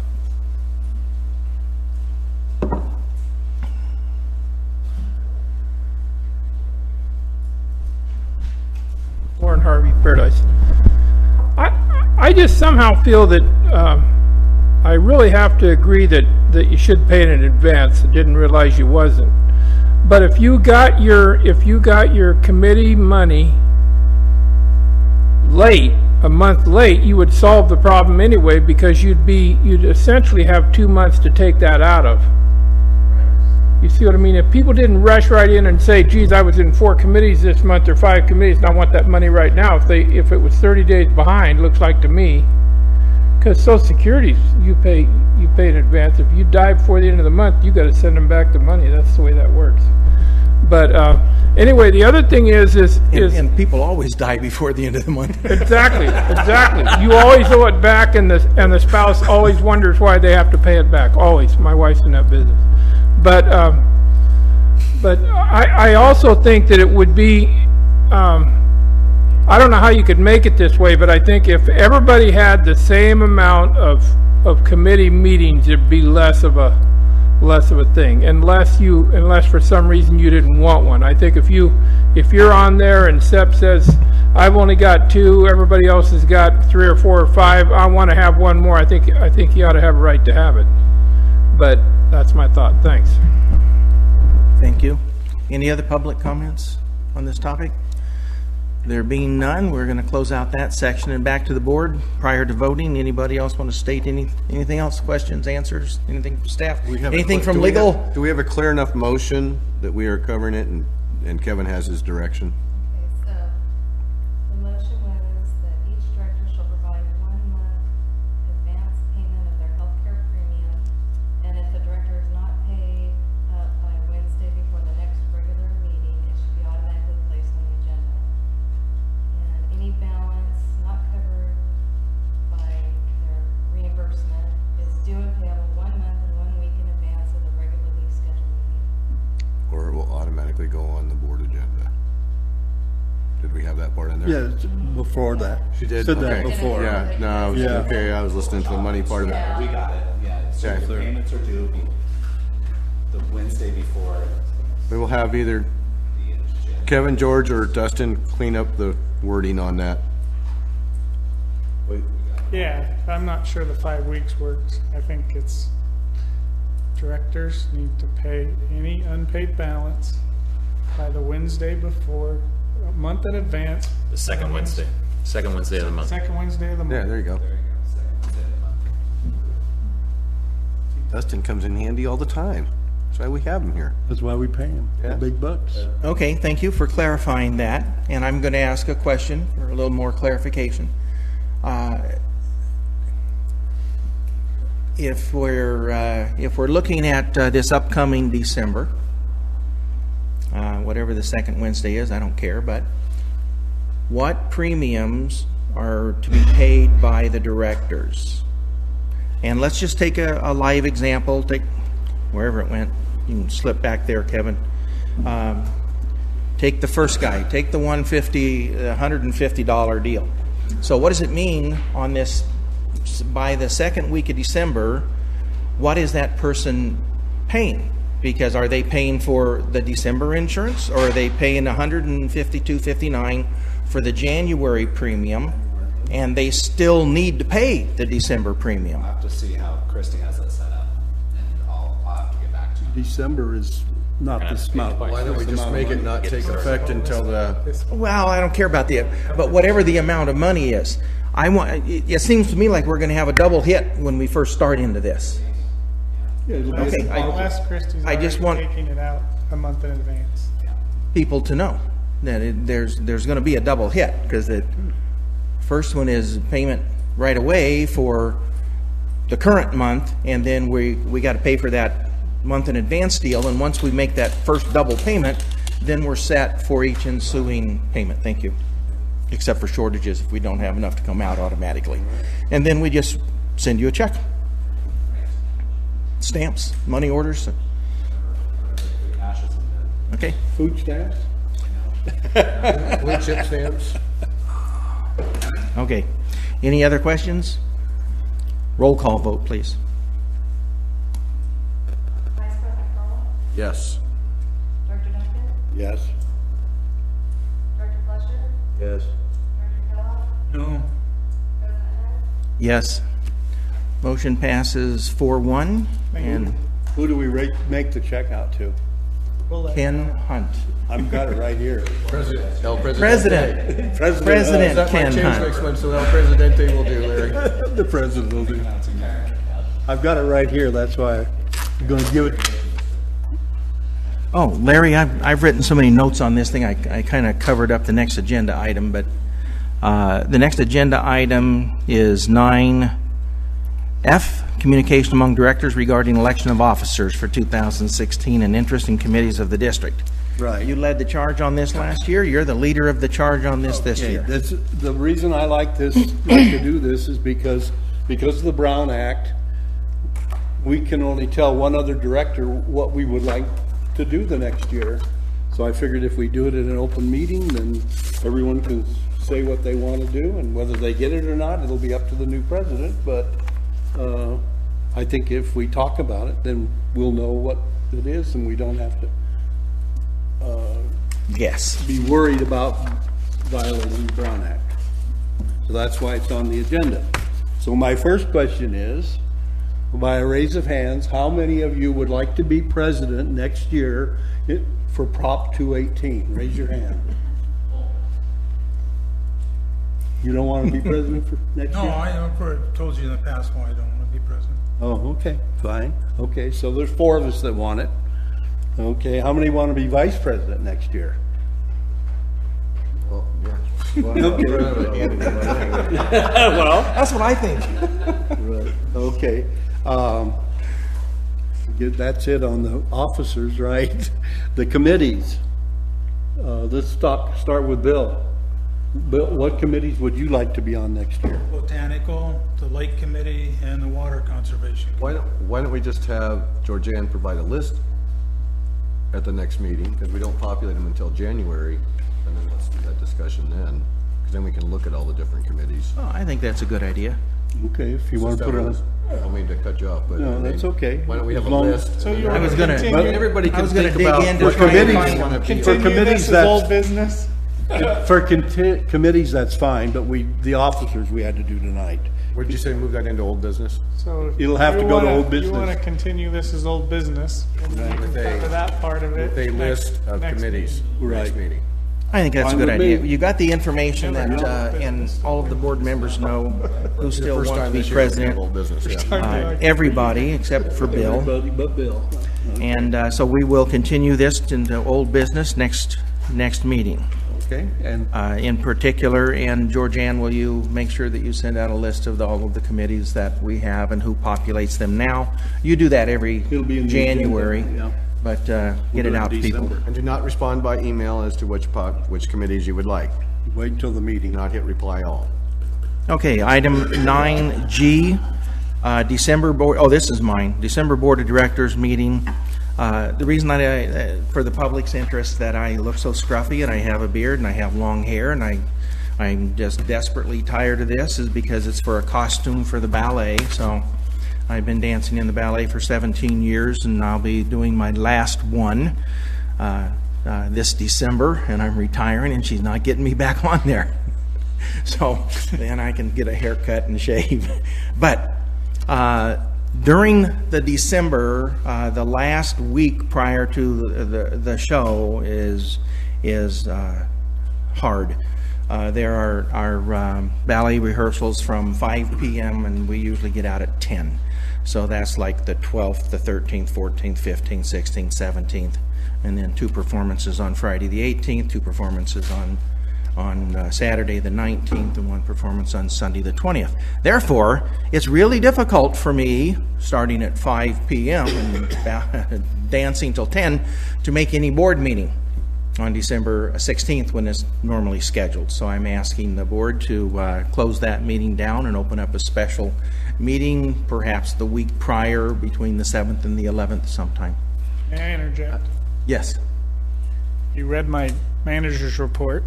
We have a Proposition 218 process to consider, and I was asking you folks to bring your availability for the week of December 7th for a board workshop on Prop 218. And so I wanted to throw that out. So if you're going to move the board meeting to that week, we can have the workshop the same afternoon or a different afternoon, break for lunch, break for dinner, and then have the board meeting. But it would be a good time to set that as well if you so chose. I'm going to be at a tax seminar on the 9th, 10th, and 11th, and I moved it because of the board meeting on the 16th. You didn't check with the ballet. No, I didn't. I thought last year was your last year. Before I sign off on this ballet move, I think I'm going to require about a 1-minute excerpt from the ballet. So I can tell whether or not it's worth it. Yeah, did you want to give us a little sample? Yeah, give us a little Just a minute. I just want a minute's worth. I need the little girls in the tutus to pick up and flip around. And Why don't we set a Prop 218 meeting on the 7th at like 2 p.m. and then a special board meeting, of the regular board meeting. We'll have a special board meeting on the 8th.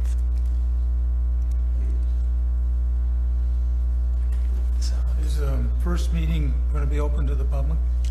Oh, of course. We're going to lock the doors. Yeah, well, why don't we make them Dustin in the can't make evening, the because 7th. there's more people coming I in the could do evenings like a morning. and can make the meetings as a... Morning on the 7th? I got a meeting in Sacramento from 1:30 to 4 on the 7th. How long are we anticipating the workshop? 3 hours? Probably. So have it in the evening? Depends on how many. So if you got out of I here could at leave by noon, maybe 11:30. 11:30, okay. It is a workshop. It's not, I'm also, unless you want to make a decision at that point, we can make that an option, or we can make the decision at a later date, not very long, but a later date. That's still not when we present it to the public. That is just a decision on what we're going to Yeah, let me present. remind you, I wanted to have a workshop because we're working with a committee and I wanted full board input. Then you would have a board meeting where you adopt the rate structure. and all- Start the notice, the And that 45 starts days. the notice, 45-day notice. So you're not approving the rate at that point, you're approving to present it to the public. Exactly. And then 45 days later, you will have a public hearing that you would actually adopt the rate if you didn't have a majority protest and you so chose to adopt the rate. So the workshop can go 2 ways. You can hear it all out and make a decision that these are the rates we want to move forward with, or you can just have a workshop where you suck it all in, take a few days, then have a meeting where you actually adopt the rates. How could you do it on the 7th? Yeah, you could even do that. Do what? Do the workshop You on could the workshop on the 7th, then on the 8th, we could have an agenda item at the special meeting to adopt the rate.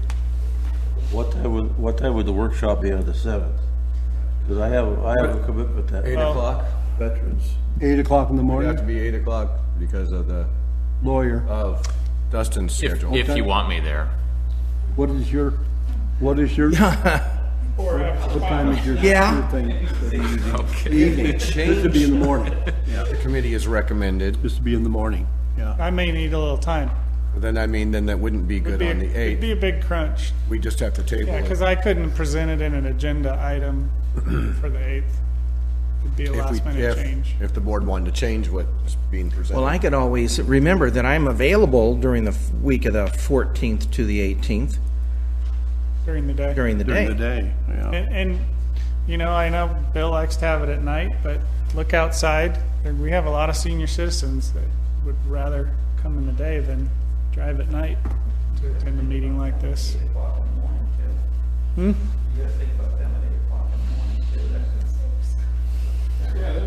You can do what you can. You're giving them two options, if you do it in the morning and then you adopt it. Yeah, if you do it in the morning and adopt it in the evening. Next evening, you mean? Or that same About evening? the morning, 8 o'clock, the morning of the 7th, we have our workshop on the agenda. I won't be able to make it. Won't be able to make it? Nope. Prior commitment, or? Yep. Not gonna meet in the morning at 8 o'clock. We can meet in the evening and get business done when the public comes. The last meeting we had very few people here. We started in the day and hardly anybody showed up. In the evenings, we have all sorts of people show up. and Shut give up. Their input. I just don't think we should put it in the morning or afternoon. We should put it in the evening where the people of this town and the people that own the district can show up and give their 2 cents and listen to us and do whatever they're gonna do. I don't think there's any point in having a morning or afternoon meeting. There's About the plenty of evening, dates how here about to the evening figure of Thursday, the 3rd? Thursday the 3rd? If it's in the evening, it's You're on not, the are you workshop. saying you're not ready for the workshop by then, George? Well, I'm meeting with legal I'm at Butte Lab Friday, on Thursday. 4th? so, no, this Friday. Oh, okay. And then I'll meet with the committee. I'd have to meet with the committee between then and the meeting. So I'd probably be meeting with the I'll have to go committee on on Monday, the 30th. Oh, evening. Oh. Thursday evening. If Bill wants an evening meeting, then it'd have to be Thursday, the 3rd, in the evening. Well, If we're let's also remember that we can vote on when we're gonna have the meeting. Just because one board member says, I wanna have the meeting at night and not in the No, I'm just day. saying if the directors want to Doesn't mean we have accommodate to the do public. that. I believe the public can get up at 8 o'clock in the morning and get here just as well, but Let's ask the public that are here. that's what I'm talking about, Seth. That's if the board wants to accommodate, because this is just the workshop, this is not the adopting. Decision.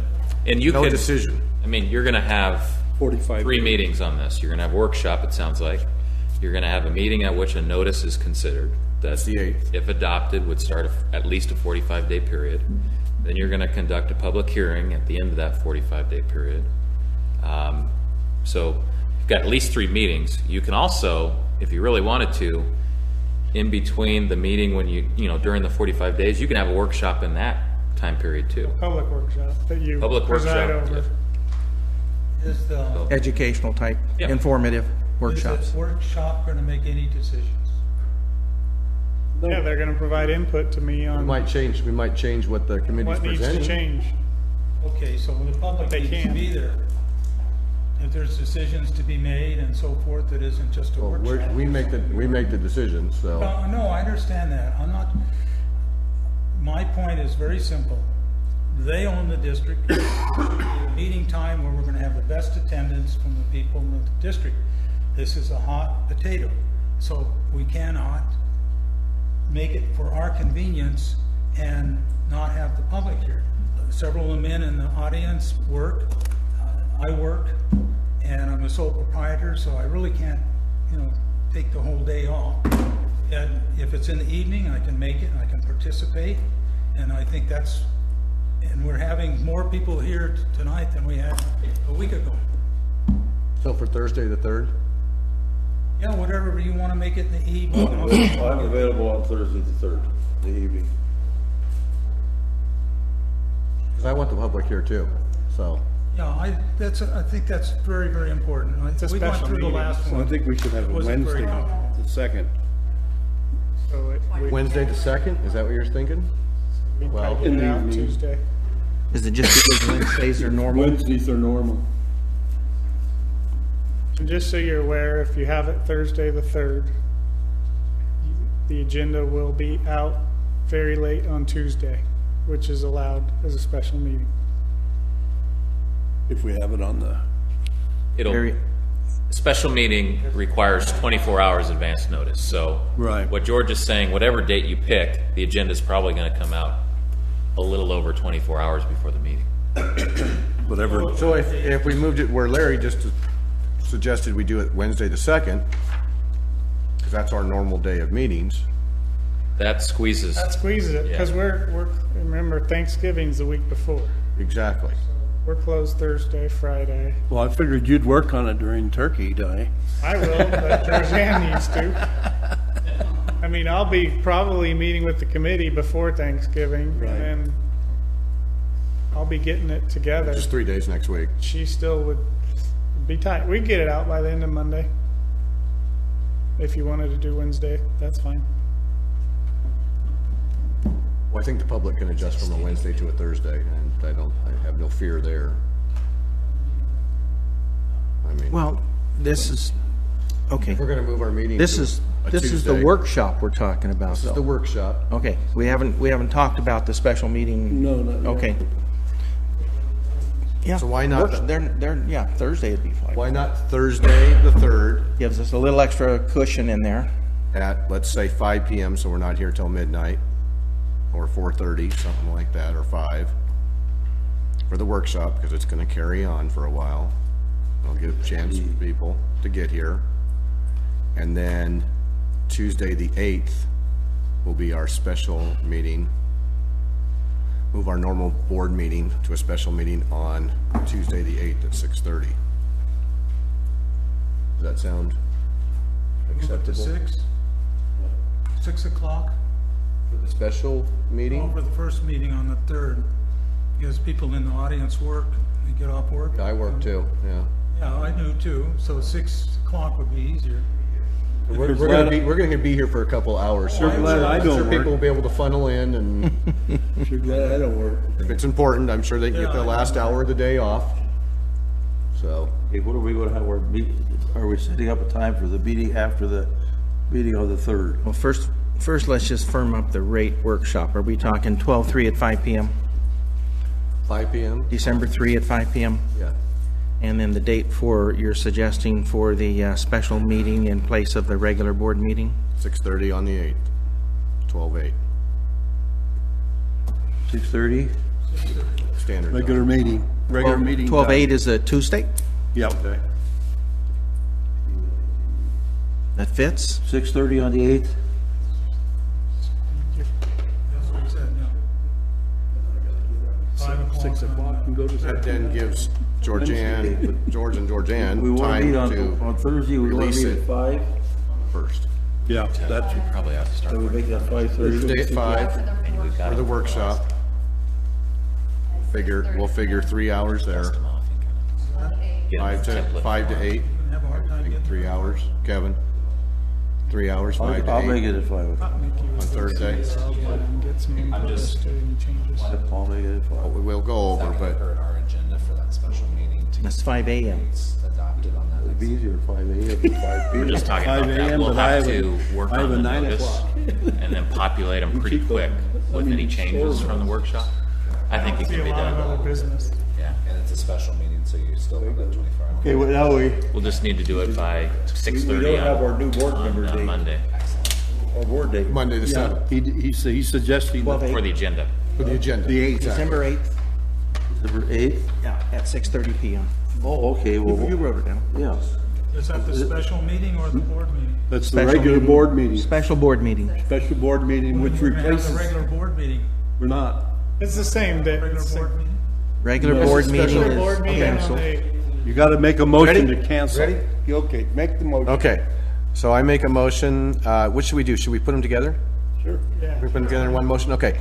I make a motion to have a special board meeting on Thursday, December 3rd, for a workshop on the Prop 218 water rate increase at 5 p.m.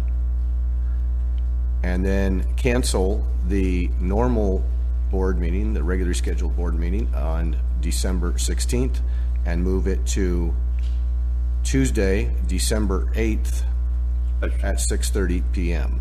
Special board meeting. Have a special board meeting at 6:30 p.m., December the 8th. Second? Okay. I think we've probably discussed it all we need to. I'll ask public. Does any public want to? Oh, yeah. Yes, thank you. A couple things.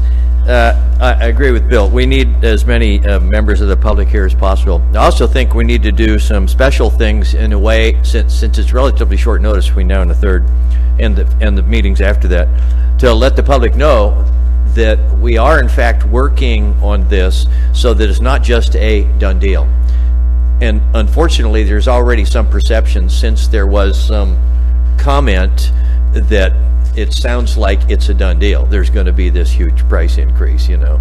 That's not the way it is, and we don't want it to come across that way to the public. You want the public to support the changes that you're making, the ratepayers, the people that have the meters, the ones that use the water, that have been conserving, that are going to pay more for it, okay?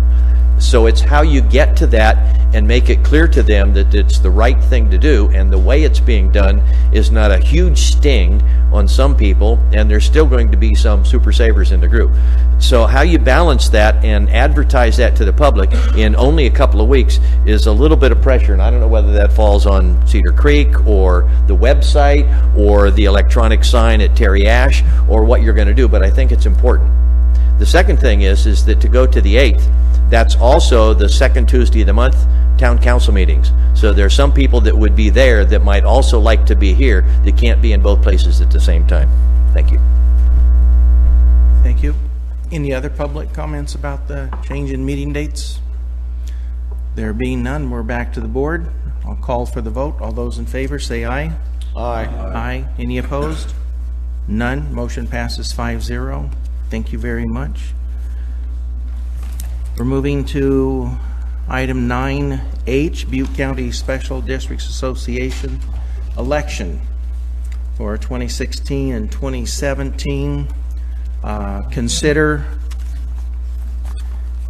I just want to make a comment. Mary Thompson is leaving the county. They're moving to Montana. So she's not eligible. She's not going to be available serving on the committees. Good. Okay. Good point. Consider voting for these, and I'm going to ask that we not vote a slate, that we pick and choose. We don't necessarily have to vote for two candidates in any particular category, and so I'm going to go through these, and I think what we're going to do is well, I don't know. I'll have to count it up somehow. Let's take I'm opening this for discussion. Does anybody want to say anything about these particular members? Because, like, the point that Director Kellogg brought up is good to know. And I make a point? Yes. We discussed this last month, but remember, you are already on the committee.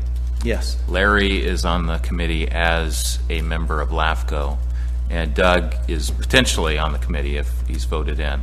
That's a quorum of the board. It makes me a little nervous. And George Enterprise Barber. Executive. But he's not He's an not elected official. Oh, you're talking about a quorum of PID board. Quorum of PID board. Okay. Even though Larry is wearing a LAFCO hat, that's He still still a looks quorum like of the Larry. PID My board. agenda already had that, so that Yeah. wasn't going to happen.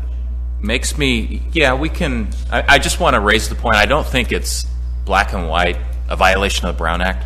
My admonition would be, if you vote and the three of you are seated, obviously you could never talk about PID business at one of these meetings. And then you're right, there is a Brown Act exemption for kind of social occasions, serving on other boards, those types of things. But you need to be very careful that you don't talk any PID business. So, Which is hard to do in special districts. because you're talking about Special district district issue. business. Yeah. So if there's ever a PID issue or PID presentation, I know I've spoken to these meetings before, at these meetings before, on issues that are unique to PID, so it's a concern. That would be no problem with me. I know how to keep my mouth shut even if I talk all the time. Good. I think one of the things, I attended the last one, that you also have to look at is, you know, I like to go to meetings. We're having a hard time getting a quorum of people there. So if I should be elected and I let you nominate me, I guarantee unless I'm ill, I'll go to the meeting. Just to be clear, the problem is a quorum at PID. of all special districts at the annual meeting, not a quorum at executive meeting. We've been having that problem too, though. Have you? Yep. Yeah. In fact, the guy, you know, I got there early because I just came over to Butte Hall. And those people that were putting it together were really in a stew. Yeah, well, that was the general meeting. How's the general meeting? You haven't been to a regular meeting. You haven't been to an executive meeting. Well, I know they were concerned about it. We haven't, at the regular meetings, we haven't had a quorum since Rick Hall was president of Butte County Special District, which was probably 6 years ago. So we never can do any business at a general meeting. Since they didn't want to do this as a slate, but So- we lost Mary Thompson, so basically we've got. We don't have to vote for both. I have another point to make. Mike Yes. Trinka informed me that he's got plans for retirement, so he couldn't serve the full term, so he's not interested in accepting a nomination. He doesn't have a choice. And I was gonna vote for him because he's always there. I know. Well, he'll be there for a while, but at some point in the next 4 years, he's gonna retire, Is this 4 years? or whatever it is, 2 years. I don't remember. Forget how long it is. Okay, well, I think what I'm going to do is call a name, and we're going to find out from a majority board whether we're going to have a check mark next to that name. And I'll start with Mike Trinka. Sepp, do you want, excuse me? No. Yes. I say yes. I'll say no if you get ready to retire. No. Okay, so it's no Mike Trinka. Mary Thompson. Bill, we'll let, Thompson isn't gonna be here. I don't care. We're going to vote. We're gonna do it, we're gonna, You want to vote? No. Okay. No. No? No. no, Okay. Albert Beck. Sepp? yes. Yes. No. He's been on there before. Yeah. Bill? Yes, for. Okay, so Albert Beck, we're going to cast one ballot for him. Okay, the Enterprise Executive Board member, we're doing the same thing. James Edwards. Oh, well, does anybody have any comments on these people? Know any dirt? Are they leaving or? Are they leaving? Are they in good health or retiring? I don't think Jim Edwards has any designs on leaving South Feather. Yeah. He's always there. a stalwart person who's always there for Is he it. an elected person or a staff? No, he's on South Elected. Feather's board. Yeah, he's the president actually right now. He's elected. Okay. So we'll do the same thing. Sepp, Jim Edwards, Yes. Larry? Yes. My vote is yes. Doug? No. Bill? No. He'll be on, he has our PID vote with 3, the majority voting yes. Okay, well, let's pick George Barber. I don't know. You don't get to vote. I don't have a vote. Darn. And I guess we should say there is a caveat, because we remember George is saying is that George will begrudgingly serve if, as long as he is not pushed into the presidency of that organization. I have a little bit of concern, and I don't like it. I don't like the idea that there's 1, 2, 3, 4 people from PID that could potentially be on this board, and it has the makings of a coup. Not only that, it cost us $300 every time there's a meeting. And in the time when we're saving money, why are we all there? Even though you're attending as LAFCO, we're paying you, I think, aren't we, for that? And, you know, it's just another expenditure of money. Anyhow, Also, George, too, another thing I might add is if Doug gets on there, they'll probably make him president.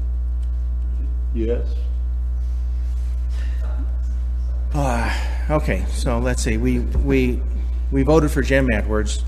George Barber, and you don't get to vote. Sepp? I'll abstain.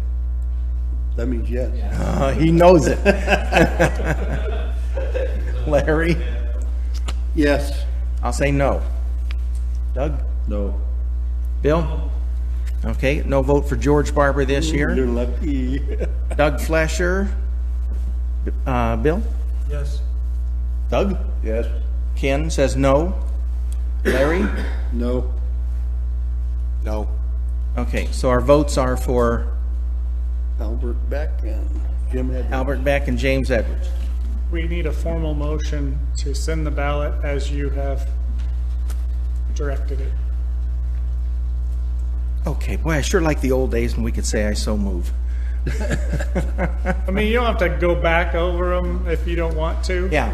But we well, should have a motion to cast the ballot as, okay, I make a motion we cast the ballot with the names only of Albert Beck and James Edward. Second. I'll change my vote to include George. You can't, he's been. Yeah, it's already done. Yeah, it's over. Already done. He's escaped. We'll save you some time then, George. thank you, I could use it. Did I have a second on that? Thank you. Any further discussion? All those in favor say aye. Aye. Aye. Any opposed? No. Motion, We'll keep it consistent. motion passes 4-1. We're going to take a board break.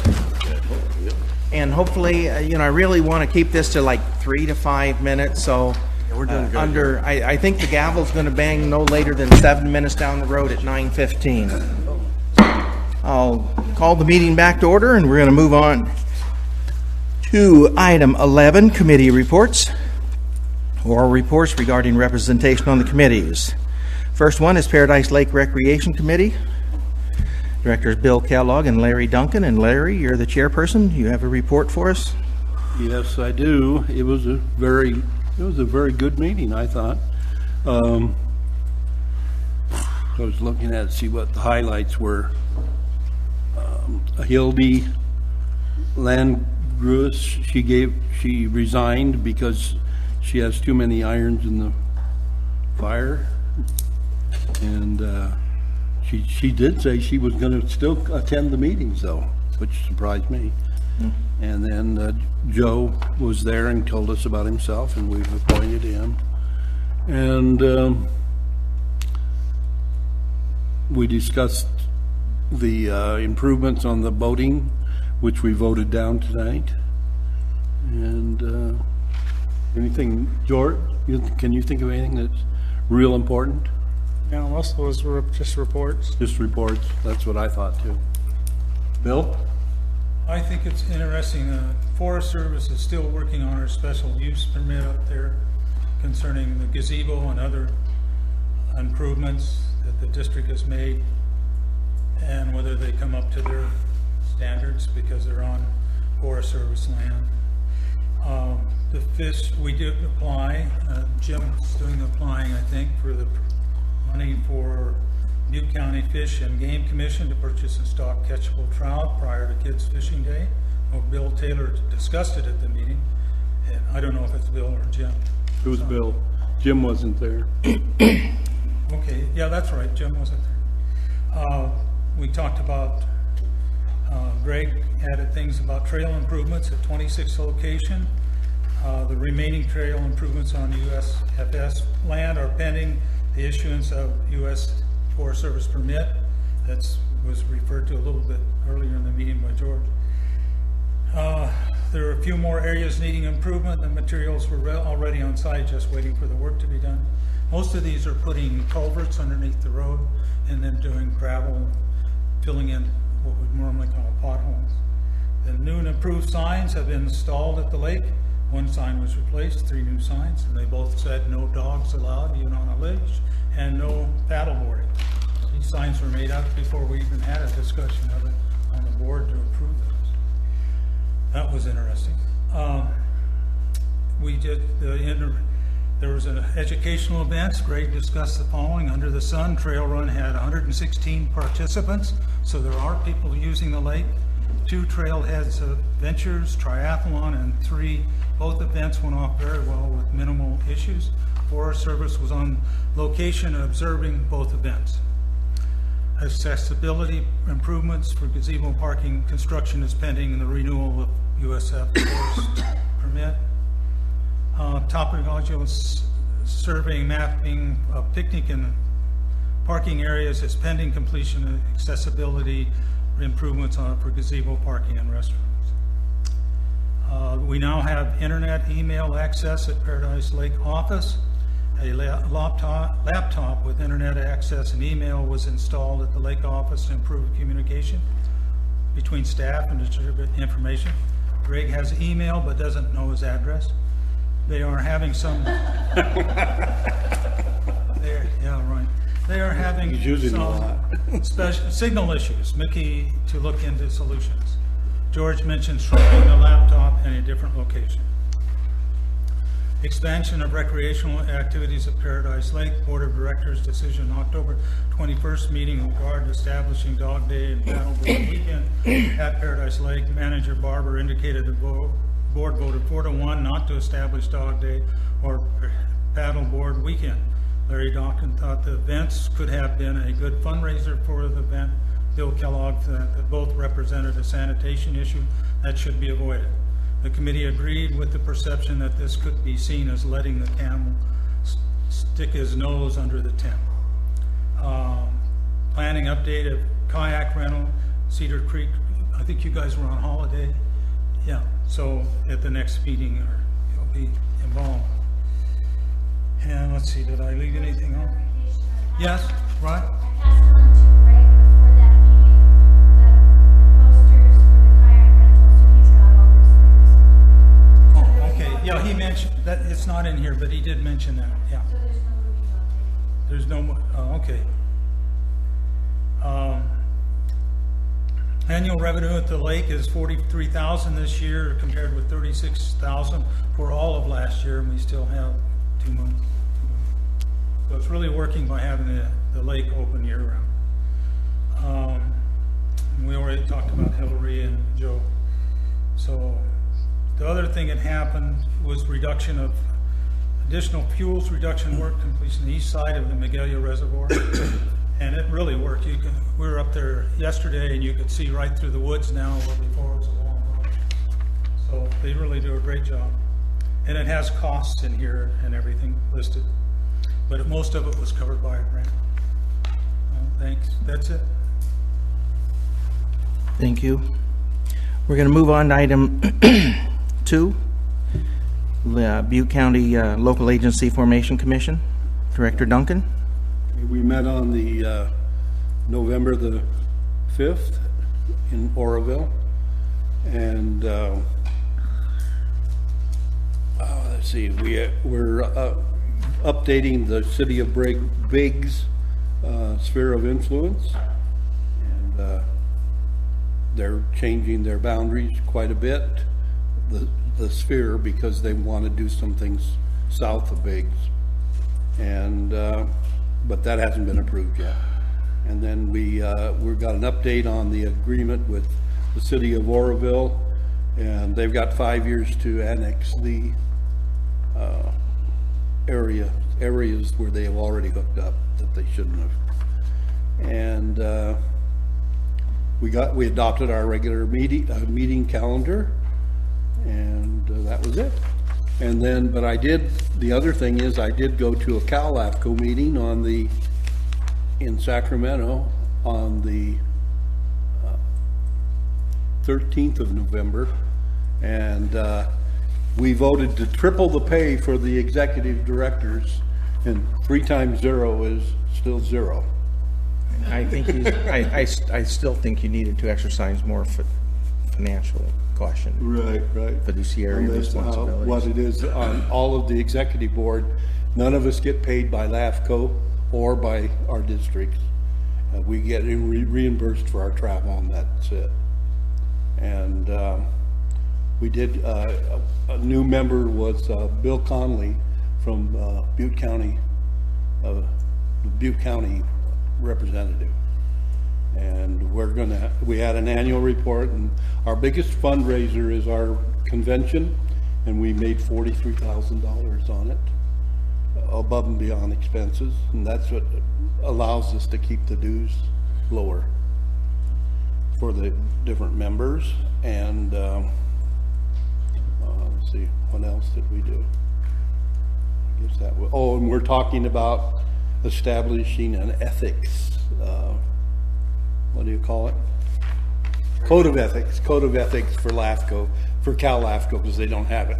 We're not under the Brown Act, because we're a nonprofit corporation, but we try to be as transparent as possible. Our next meeting is in Irvine on February the 5th, of which I will phone in, since LAFCO doesn't have a lot of money either. Thank you, Larry. Water Conservation Committee, Directors Kellogg and Director Flesher. Director Flesher, you're the chairperson. Yes, thank you, Ken. Yes, we met on Thursday, November 10th, 9 a.m. here in this room. And the ward, and Jim and George, if I missed something key, fill in anytime you'd like. We had a good turnout. George discussed the water supply update with us, and that in the month of October 2015-24 was about the same, where we used 172 gallons per person, and the lake level is at 19.5 below, and the district is at 97% of average storage and 65% below. And then several things in there. One of the things the ward mentioned, the Paradise Garden Club at the last meeting had landscapers there, and they were discussing, they do thought process landscape for drought, the new norm is what they're calling it, meaning only 10% of the landscape will be irrigated instead of 50%, which is probably the current now. Water conservation was discussed by George, and he talked about several different things, and he feels that the lake will spill if we get any rain at all, but we'll still be in somewhat of a drought situation. And if the lake spills, we'll be fixing 6 miles of pipe or detection. That's what was here in the minutes. And if it doesn't spill, it'll be 16 miles. Is that right? Leak detection will cover 60 miles of pipe. Yeah. But we're doing it a little later because we're hoping the lake spills so we can finally flush our main lines before. That's what was down here. The district, if it spills, the district will flush the distribution system prior to the leak detection survey. I think that's what we're saying here. Community outreach, Cedar Creek was not there, and we missed their input, but they were on holidays. We're talking about it. Everybody needs that occasionally. Mickey Rich. Really, how long you guys gone? Well, we really miss you folks not being there and contributing. You always have such great input. And then Mickey Rich discussed the following on the Aquahawk participation figures. We were up to 2,312 that particular month, and it's looking better. The customer service are able to help them out because of being able to track their water usage for leaks and other things.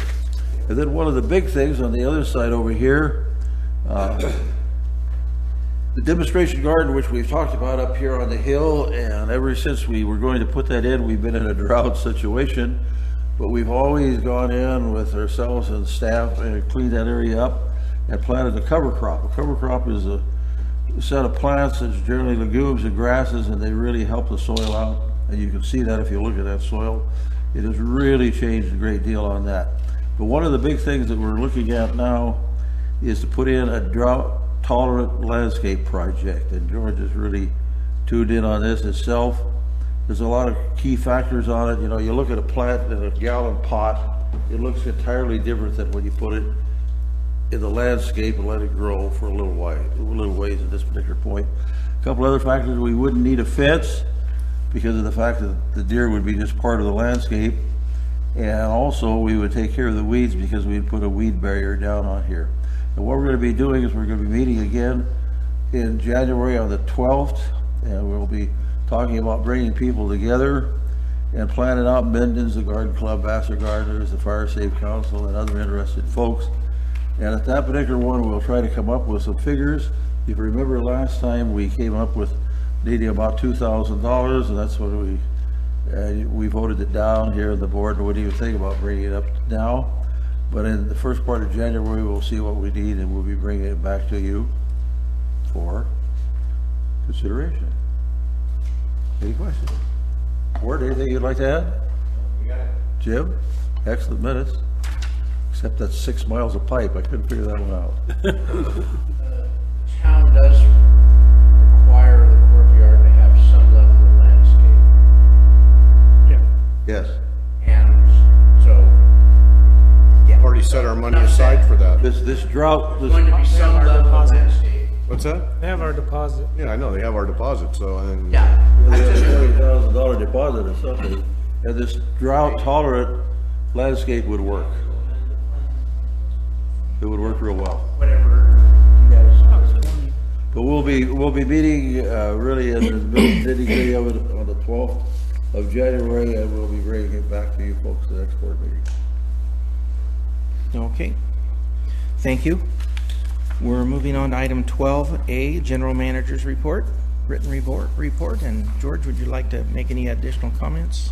Sure, yeah, my written report, and my time has been devoted to the Prop 218 process. I have a couple comments based on some public comments and an answer to Larry. 21 toilets is what we're purchasing.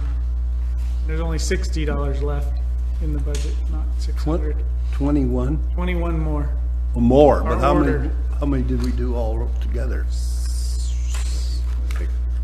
91. 81, I think, yeah. Oh, that's total then, 70 plus 91? 21. 91. We had 70. You did Said 70? 70. Oh, so 91. 21 more, okay, thank you. As far as the comment about terrorists amongst us, we do a background check of all our employees. We take not only terror, but all significant potential events to the district seriously, and we plan for it. That's why we have backup generators. That's why we have plans in place for handling the district in catastrophes. You'll hear more when we talk about rates, how important that is, and where we stand right now is not very good. And we also take intrusion to our district electronics very seriously, to the point where our treatment plant operations, the actual what runs the plant is not connected to the outside source world in any way, shape, or form, just so you know. Firefly issue has been increasing. It is up. George, may I interrupt you for just a minute before you move off the terrorist? Yeah. Because a lot of people don't know this, and I think it's worthwhile to bring up. A lot of the money we spent in years past was for the pipeline, the bypass of Magalia Reservoir. And that was done with the idea of fuel spills, a tanker truck, or terrorist putting poison into the Magalia Reservoir. We also have an issue with the B Reservoir. The B Reservoir has a plastic top. It's got saran wrap on it. Okay? It is not like a steel tank. And one of the vulnerable. One of the project, what did you say? It's vulnerable. It's vulnerable. And one of the projects that we have coming up that we're considering is this $5 or $6 million, whether to continue with that and fund that and charge the patrons for it and get that money built up so we can replace it at the appropriate time.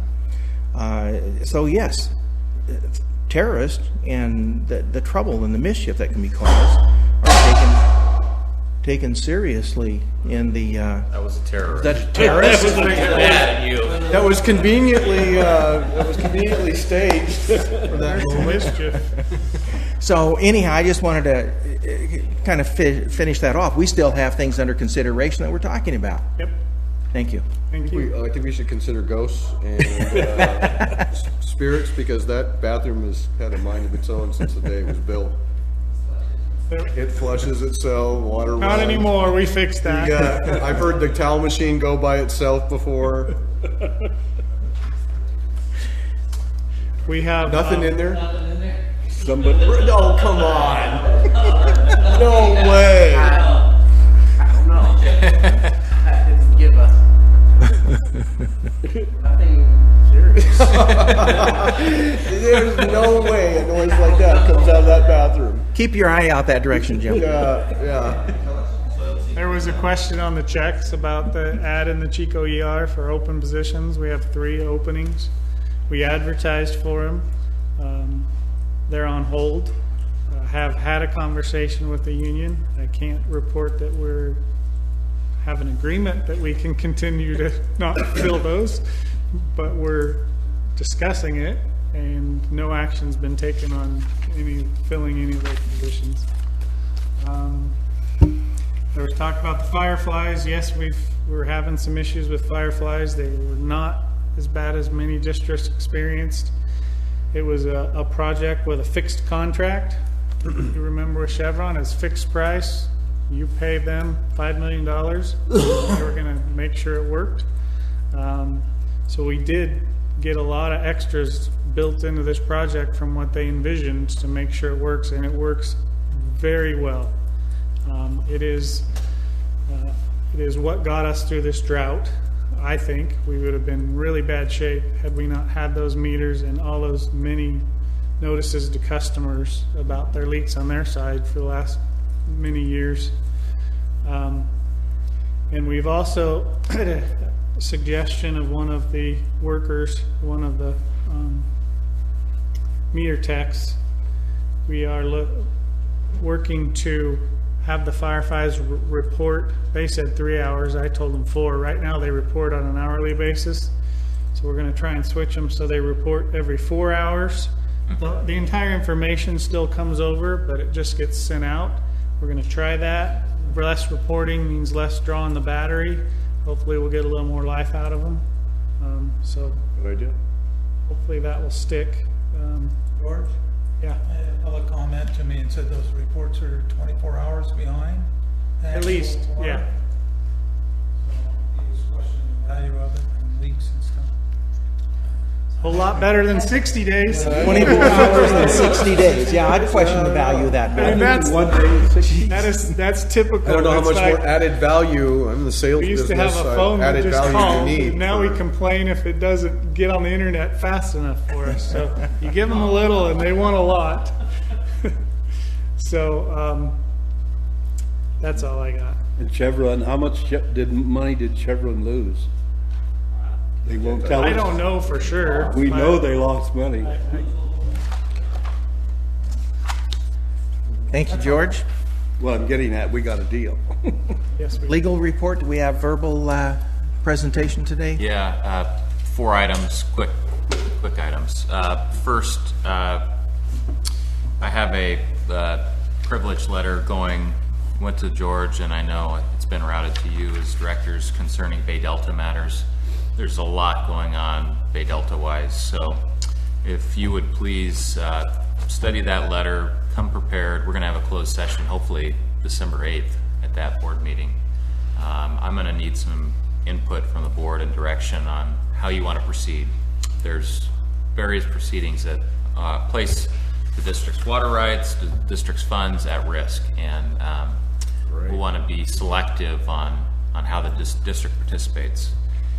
The jam pipe litigation, a motion has been filed for the settlement of the Formosa funds, distribution of the Formosa funds. So it's now a matter of public record. And the district's share of that is approximately $38,000 or something. That hasn't changed. So the motion, the attorneys handling the case are hopeful that the motion will be unopposed, which means hopefully the judge can just sign it without having to consider any opposition. And the district will receive the proceeds of that hopefully in the next couple months.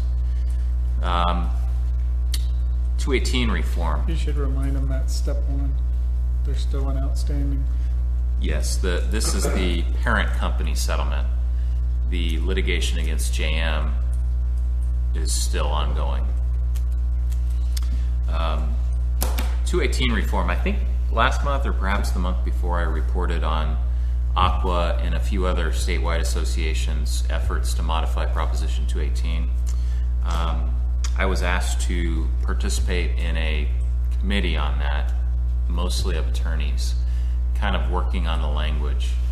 And I've got, there's an interesting ag-urban dimension here. I think, an ag district would be generally nervous about Prop 218 reform, in particular tiered pricing.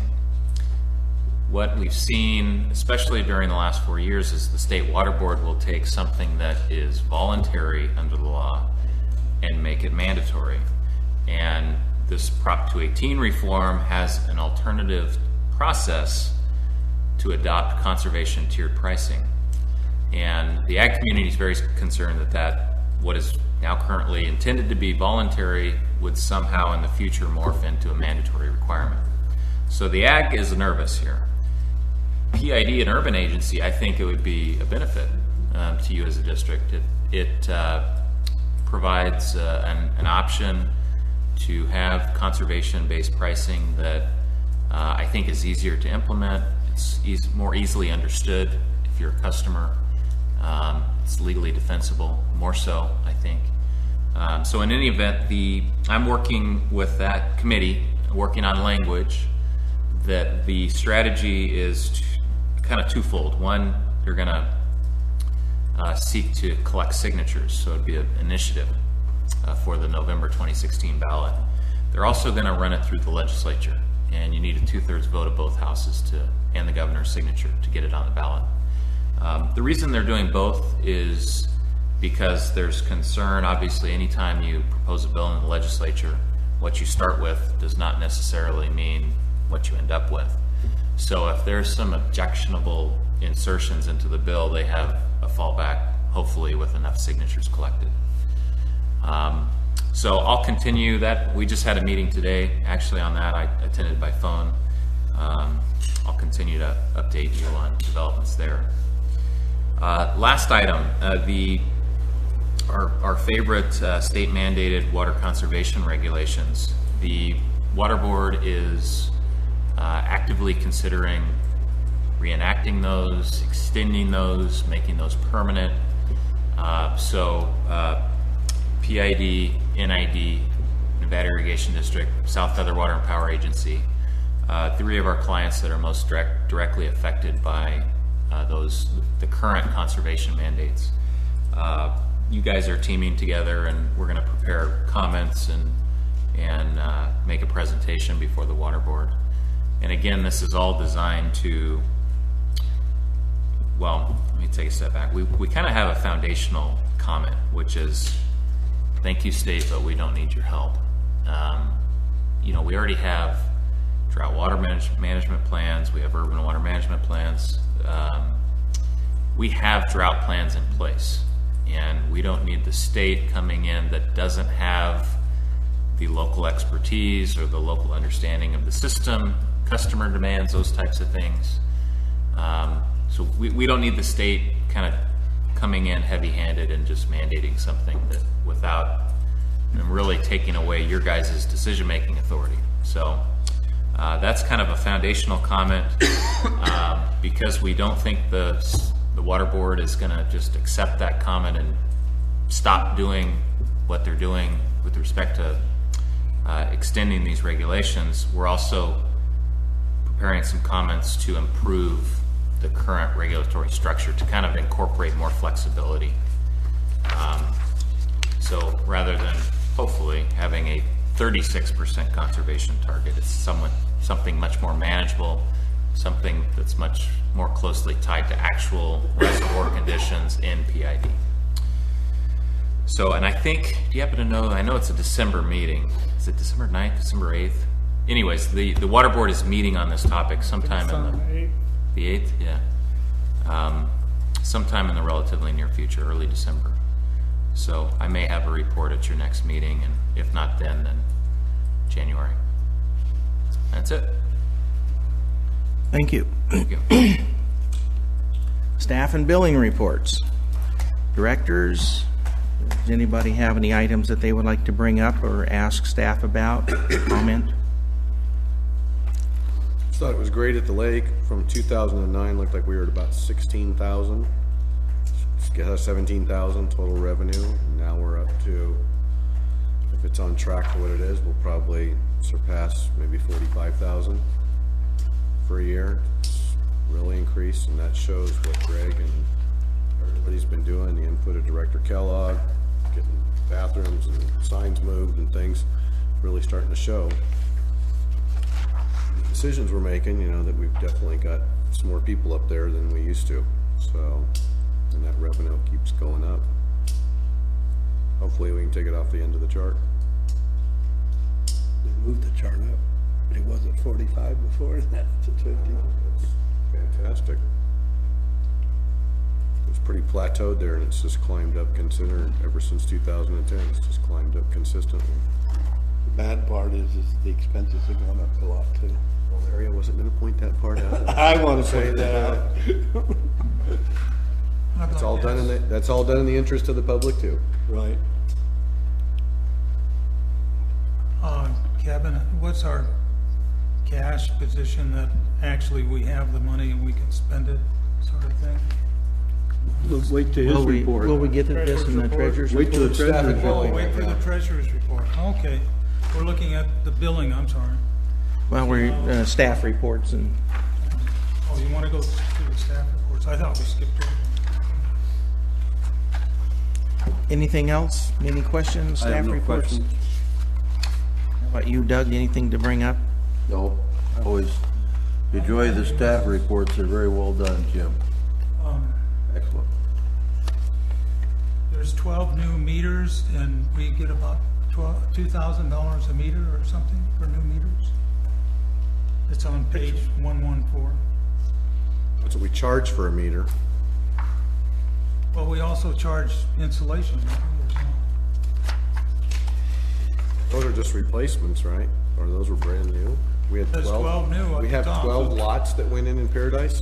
That's a 2015. That's the whole year. That's the whole year. It's not as simple as that. It depends on the meter size. It's not 2,000. It's closer to 7,000 probably. With that goes into our. Well, portion of it goes into the capacity fees, and then there's the rest is for the actual installation of the meter. If the meter breaks down, our meter breaks down, no fault of the meter, or we replace it for free, right? Oh yeah, it's our meter. It's our Our meter, thing to yeah. maintain. Yep. We do have a provision though, if they have a meter that's undersized, we can force them to Yeah. pay to upsize it. Right, but if everything is crooked, Do you know what broke down at the bottom of DeMille? I think it was DeMille, very bottom. We were walking the other night, and it was the night we had a special meeting here. We went for a walk, and I could hear something going full bore, and then we got up close to a house, and we got a breakage down there. It's at the bottom of DeMille. Now there's a lake.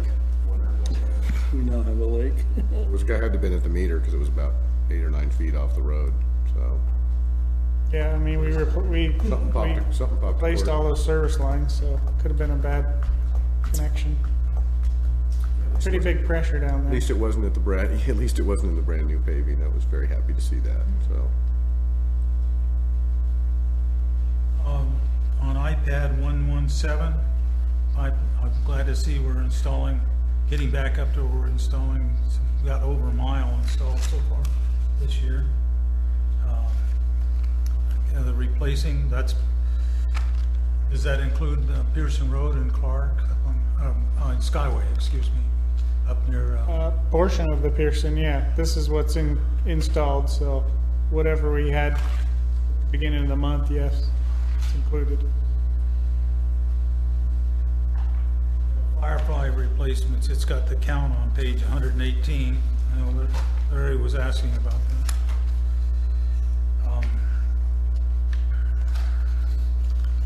It's just, I'm sorry I'm taking so long, but I didn't realize we were going to be able to go through and question this. And Seth has already talked about the lake income, which is really good. I always have to bring this up, page 127, unaccounted for water, 12-month cumulative time interval. When it was at 5%, you told me it was too high. Now it's gone to 8.2%, September 2015. The bottom chart, which is actually the amount of water, doesn't show much change at all. So it's always amazing to me. It actually shows a little bit of a decline, and yet the percentage has gone up that much. Conservation. Less processed. Well, it's just pipes leak. I realize that.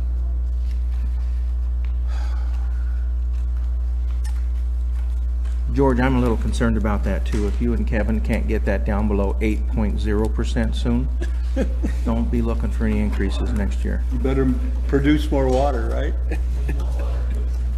I can make it say whatever you want. That's what you do. If you're gonna go that route.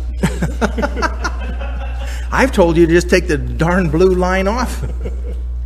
We just watch the gallons. On page 130, the last column over, there's December 13. And the top bar is consumption revenue, which is down, I do a little bit of math here, by about 30 or 40,000.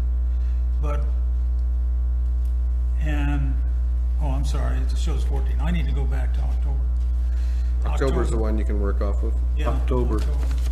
But the service charge revenue has stayed for the last three years the same, and the consumption has gone down on income for obvious reasons. But yeah, it's because we didn't get our 12%, 4% increase we asked for, so it stayed pretty flat. You know, I could talk about the meters too, and all the bragging about that and why we didn't use the drive-bys. It would have cost a lot less money. Any rate, that's part of our problem, but you can see some income has stayed the same on service charge. That's it. And Doug, do you have any items? No.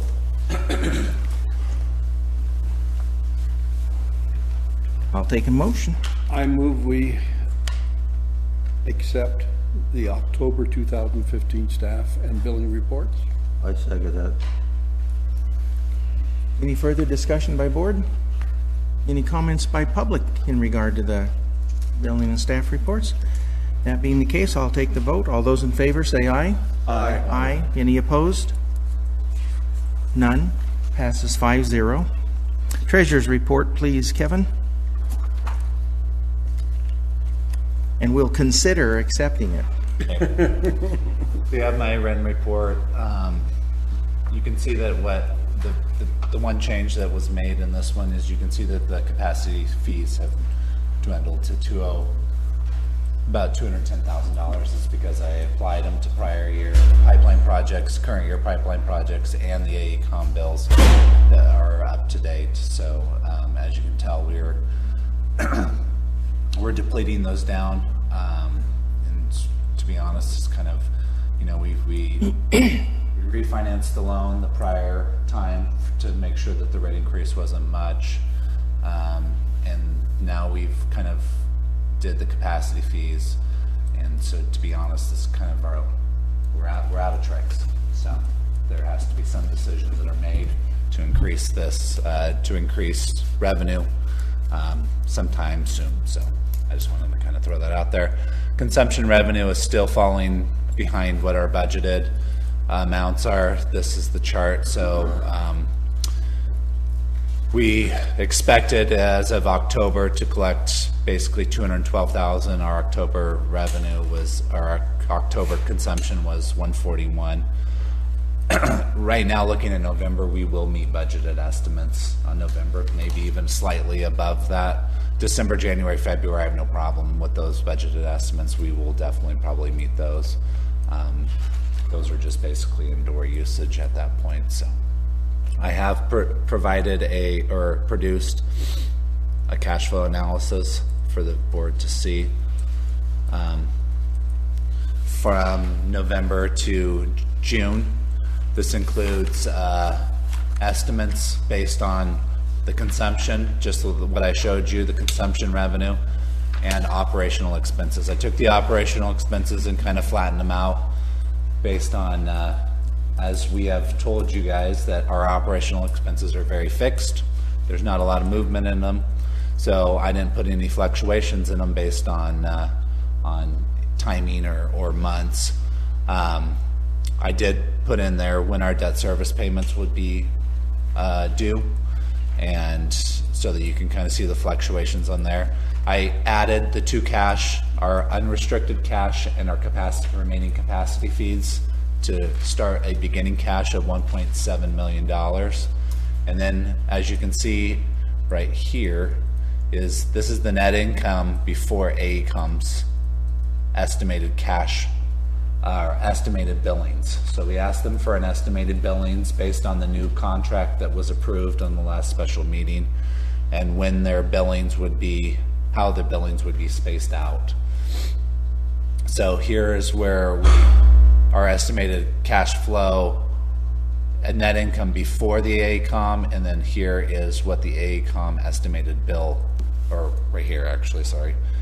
Net income before, estimated AECOM bill, net income after, ending unrestricted cash. And you can see that as the months go on, and this is assuming no change in revenue, you can see where our unrestricted cash flow would end up as of June of 2016.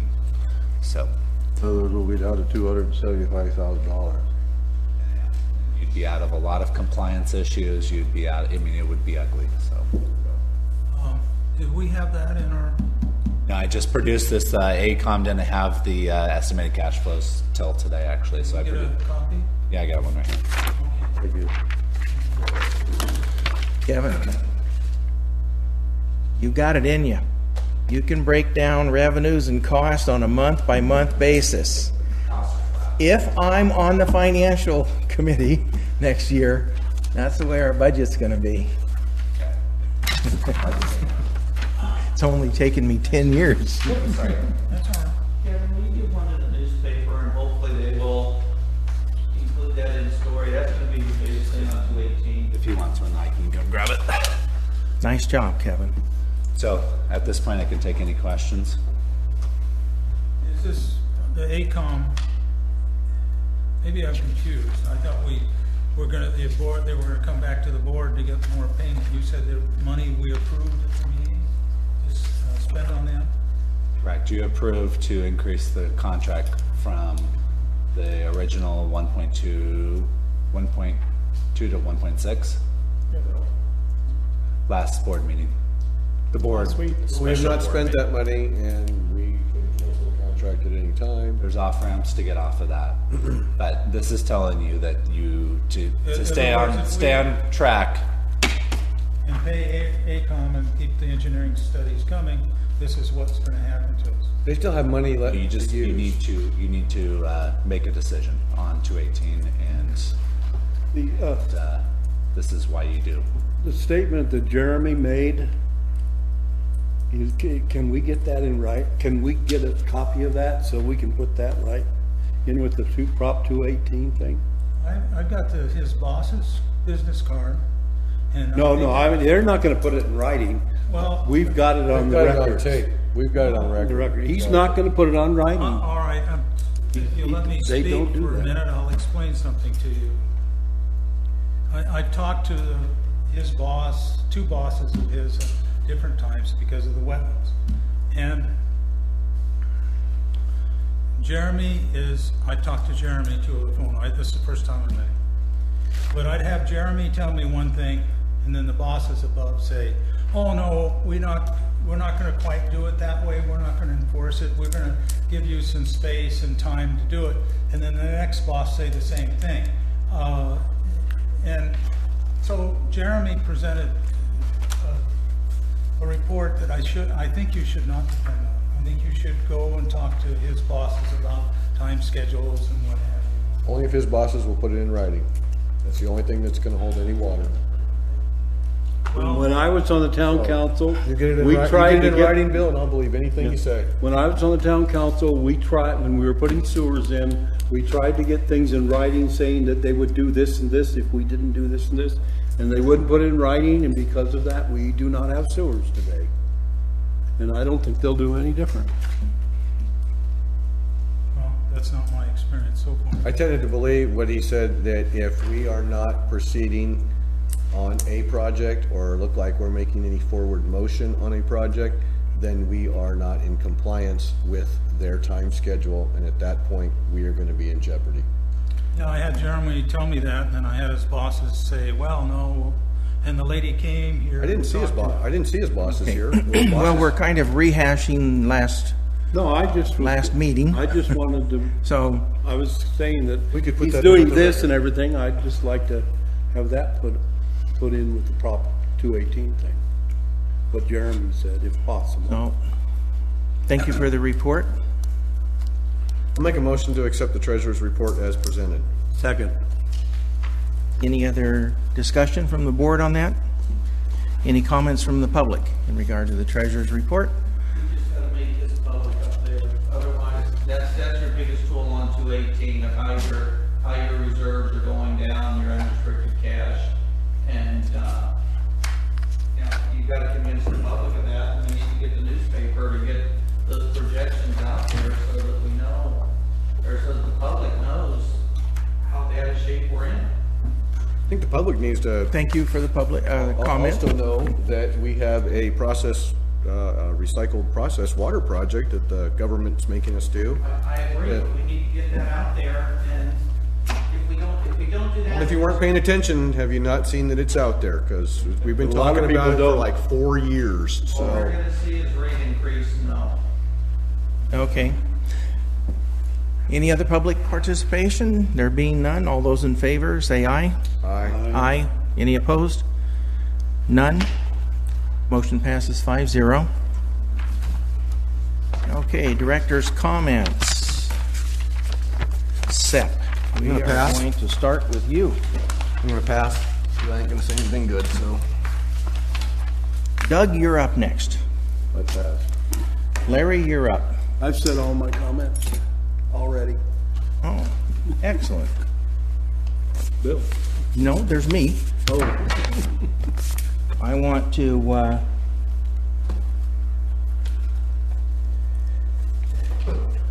make a comment.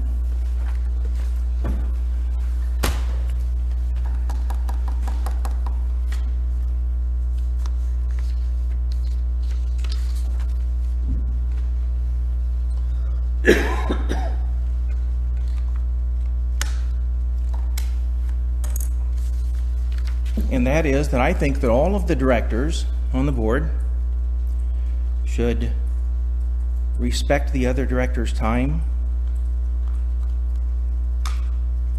when they're in discussions.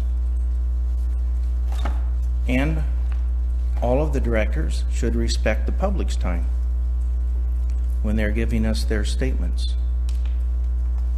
We have to control that with time frames and things and not get into debate because they're not elected members of the board, but all of the directors need to show some consideration there. We're getting ready to go to end the director's comments and mine are ended. But I'm going to give you a physical demonstration of the disrespect that has been occurring meeting after meeting after meeting. And therefore, I've got an important phone call to make, and I'm going to go outside and make it. It's cold outside, so I'm taking my jacket with me. Mr. Vice President. I asked for 10 minutes of director's comments. Tuesday, we made a tour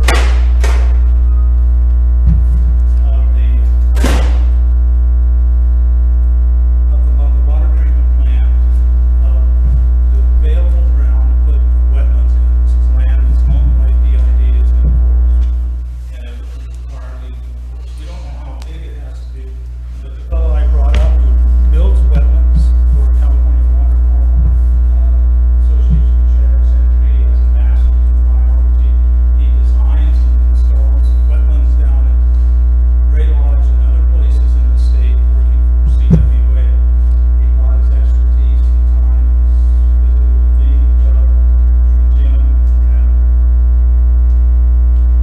Bill. And they were very gracious. Bill and Jim, they took us around and showed Chad everything that should be shown, showed slopes, everything was available to us. So I'm going to go ahead with what I propose on the wetlands. It looks like 2 to 3 million. It looks like it's possible. This is information. It shows you that wetlands can be put in on a contour. And one of the things he discussed was contour. That's on aluminum.